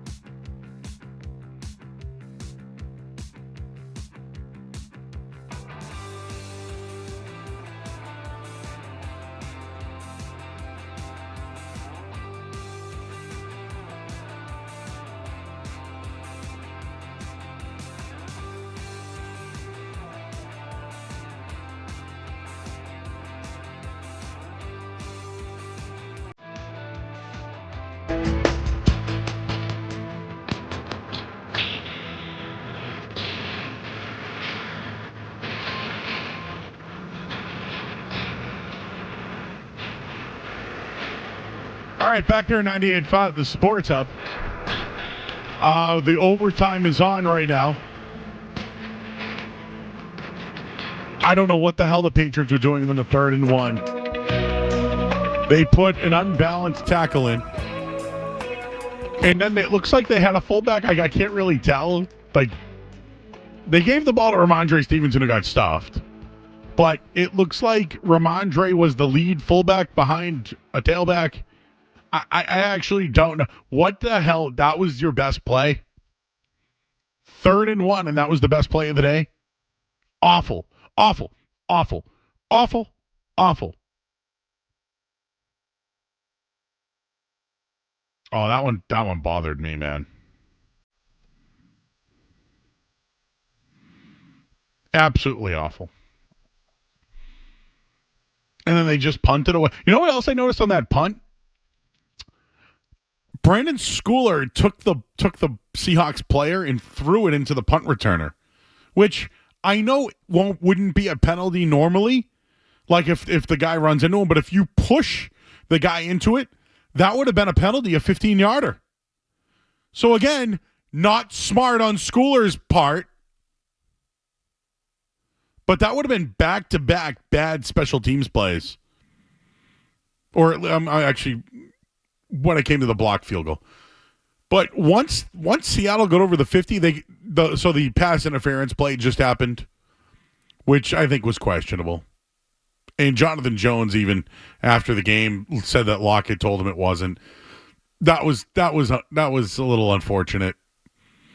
But what did Seattle do on 2nd and 6? They didn't line up right. Actually, the Patriots called the timeout to get their correct defense on there because Geno Smith was lighting it up with DK Metcalf and JSN. They had 22 catches combined, those two guys. Holy smokes. What do you think Aaron Rodgers is going to... Well, who would you take right now, Skaz? Aaron Rodgers or Geno Smith? For this year, it pains me to say it, but I'm probably still going Rodgers. But anything past this year, I'd take Geno. I think Geno's better right now. He probably is, but Rodgers only played 2 games since his injury. He's still Aaron Rodgers. As much as I don't want to say that, When's the last time he's thrown over 300 yards? Do you think he can throw over 300 yards versus the Patriots with no pass rush? And now the middle of the field wide open? You'd probably... I'd love to know the over-under, but... It's probably like 275, maybe. I'll look it up right now. Intern Joe says, no way he's getting more than 250. When's the last time he's done it? Let's see. No, it's been a really long time. Well, he didn't do it last year. And I think he struggled to do it with the Packers. My whole thing is, does a team have to throw for 300 against the Pats to win? I mean, Geno had to. The last time Aaron Rodgers passed for 300 yards was December 12th, 2021. He passed for 341 yards against the Chicago Bears. Okay, wow. 2021. So I'm looking at the passing props on DraftKings right now. So over 200 yards is minus 170, but over 225 plus 115. What did he do last time? Yeah, yesterday? Jets. Let's just look this up. Yeah, he didn't have a good day. He threw for 176. I mean, Mahomes, same thing. He threw for like 150, like 180 maybe. Yeah, it's just quarterback play in the NFL is down right now. It has been an ugly year for quarterbacks. Jacoby Brissett is 175 plus 100. Wow, what a throw. Wow. Geno to Lockett on that play. Man. He torched their secondary. Geno torched them. Like, people might not want to admit that, the defense is great. There's zero pass rush. Here's why I'm saying they torched them. It's not because they can't cover one-on-one. It's because there's no pass rush. And by the way, who had a sack tonight again for Atlanta? I just want to make sure. That'd be Mr. Red Sleeves, Matthew Judon. Oh, what's the reason for the red sleeves again? He cut his arm in a game, and his mom was upset that he was bleeding on his jersey. So that's where the red sleeves came from. And that's a Belichick story. According to Bill Belichick. I don't believe it.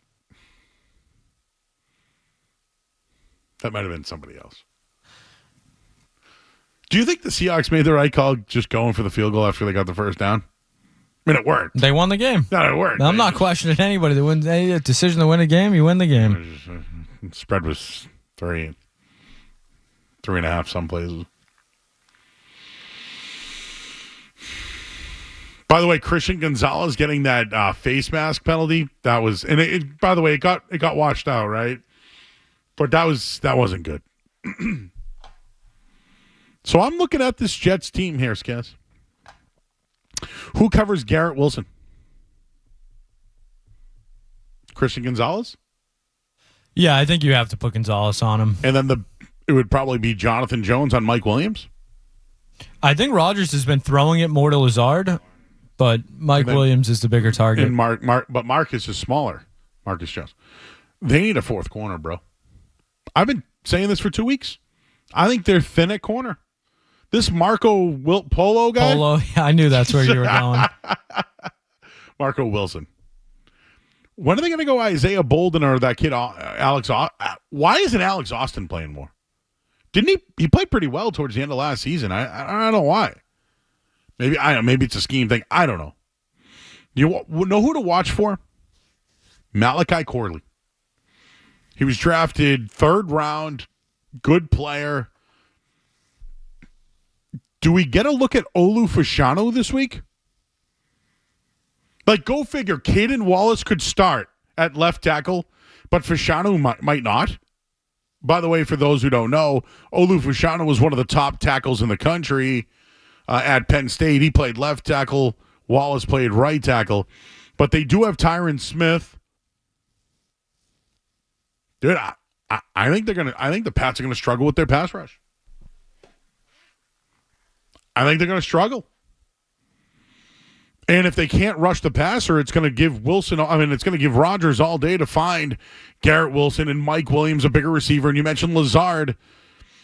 That's why I think Malachi Corley would be my guy. Corley. He'd be the guy I'd look at this week. They do lose Jermaine Johnson, who was a pretty nice fixture for their team. So I don't know what they do now. He played defensive end. They still have Michael Clemens. They did draft Leonard Taylor. Maybe he could, or they signed him. Maybe they could play him a little bit. I don't know what they're going to do on the defensive line. But C.J. Mosley. Oh, and do you think they're going to throw Sauce Gardner's? Do you think the Patriots can get open against this secondary? Sauce Gardner. Now, DJ Reed got hurt. I don't know what his status is for the game. So they'll probably go Michael Carter. They might have a hole in their secondary too. But can Brissett find him? We'll have more on this matchup tomorrow night. But the more I look at it, both teams might struggle to rush the passer. But I don't think Brissett's going to throw on Gardner. And will he go one-on-one with Pop Douglas? Like, is that probably what he does? And take him out of the game, and then he's miserable? Man, that Pop Douglas stuff's not good. I would just put Pop Douglas at Wildcat at points. I'm kidding. But you got to get him the ball, right? You know what I hated on one of the plays? It was a 3rd down, guys. They put Pop Douglas in motion, and then he got the ball, and he looked to throw it to Pop Douglas right away, but somebody was covering him. And then he looked right, and he got sacked. You got to find ways to get this guy open, and right now they're not. We'll wrap up the show here on the other side, and we have an interesting outcome on Monday Night Football. We'll keep you updated on that and anything else that we may have missed tonight. I'm Joe Murray. You're listening to 98.5 The Sports Hub. More Joe Murray coming up on The Sports Hub.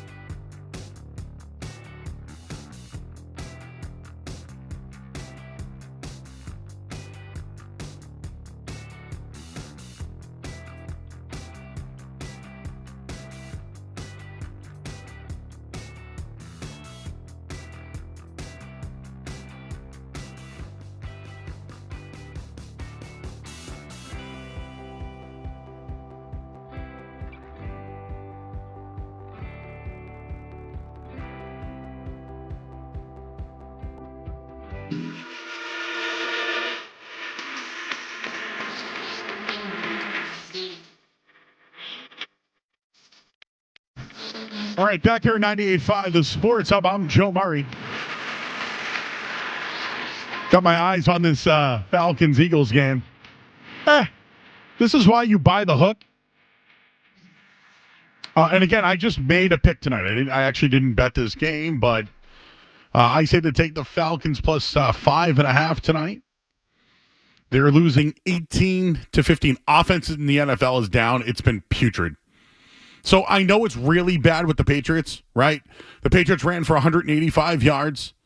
Gibson had 96, Stevenson had 86 and a touchdown, and Hunter Henry had over 100 yards.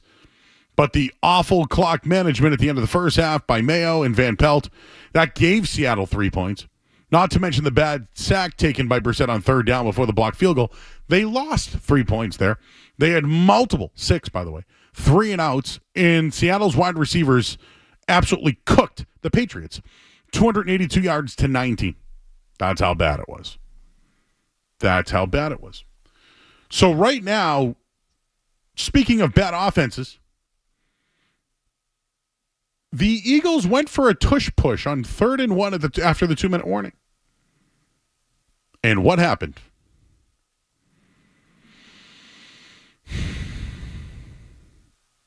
Offsides, Falcons. And I can only imagine what Bill Belichick is saying right now on the Manning cast.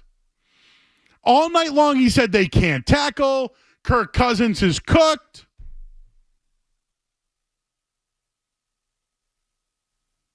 Like, come on. You know what's good about this? Wait, are they doing 3rd and 1 again? Or are they replaying it? He declined it because if they got the first, the game would be Falcons over. would have used their timeouts. So, yeah, the Falcons almost might have jumped on purpose.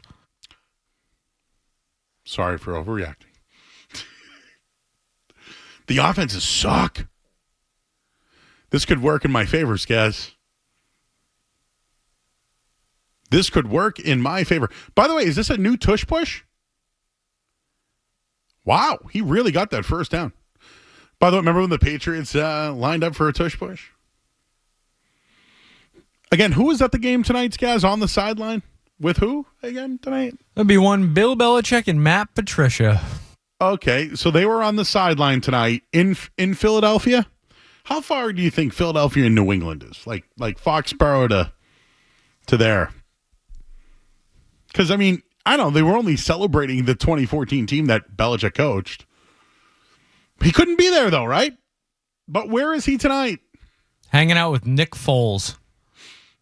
Couldn't come to Gillette to see the 2014 Patriots. Who was the head coach of that team, Joe? It was Bill Belichick. Was Matt Patricia the defensive coordinator? He was the one who designed the play for the greatest play in history, right? Defensive play in history. But yet they're at the Eagles-Falcons game, which, you know, what team has Bill Belichick been linked to take over if something should happen? The Eagles. Oh, the Falcons as well in the offseason. And then the Falcons was the team that Robert Kraft told Arthur Blank, stay away from that guy. Now, I get it. Matt Patricia is on the Eagles staff, according to, some still employed, I guess, somehow. So I get Matt Patricia being there, but Bill Belichick couldn't have... I don't think that's a tough flight from Boston to Philly on a Monday morning. Dude, I've watched Kirk Herbstreit on game day be at Colorado and then be at the Tennessee game the next night, like on the same night. So don't give me... There was... I apologize because I can't think of her name, but the woman that was doing the UFC side cage reporting or whatever, Yep. The next day, 11 a.m., 12 a.m., one of the first hits from an NFL field, it was her. It's her. I mean, respect the hustle. Good for you. So I think if Bill really wanted to be there to, be with his guys, a team he won a ring with, he would have been there, Joe. But guess what? His feelings are hurt. Oh, is that what it is? I didn't know. I just thought that. Well, I'm speculating. I don't even know if he was invited. I doubt he was invited. Listen, I think Bill should take the high road on all this stuff because the high road is him showing up. Yes. So I'm wondering if he was even invited. Brady at least, had the excuse he was working yesterday. I don't know if Bill was working yesterday. He's got 9 jobs, so he probably was. Someone called post-game last night and said that everything at halftime was really cheesy and that Gronk did a video thing and Edelman did a video thing, but like barely anybody showed up. So you think if Belichick was there, that might be a little different? No, but as a season ticket holder for years, and I'm not anymore, I wouldn't expect anything else but cheesy. Real quick, Jets are 6.5-point favorites versus the Patriots on Thursday night. Jets have only been favored once versus the Patriots since 2022 or through 2011. Mark Sanchez versus Brady. They haven't closed 6.5 or higher since the year 2000. The Jets are 3-23 straight up versus the Patriots since the start of the 2011 season. Excuse me. The Jets are 6.5-point favorites on Thursday. Woof. We'll have more tomorrow night. We'll break down more of the Jets and Patriots and have more reaction to the Patriots loss as well. We're on Maywatch. For Skaz, intern Joe, I'm Joe Murray. We'll talk to you guys tomorrow night at 7 o'clock here on 98.5 The Sports Hub.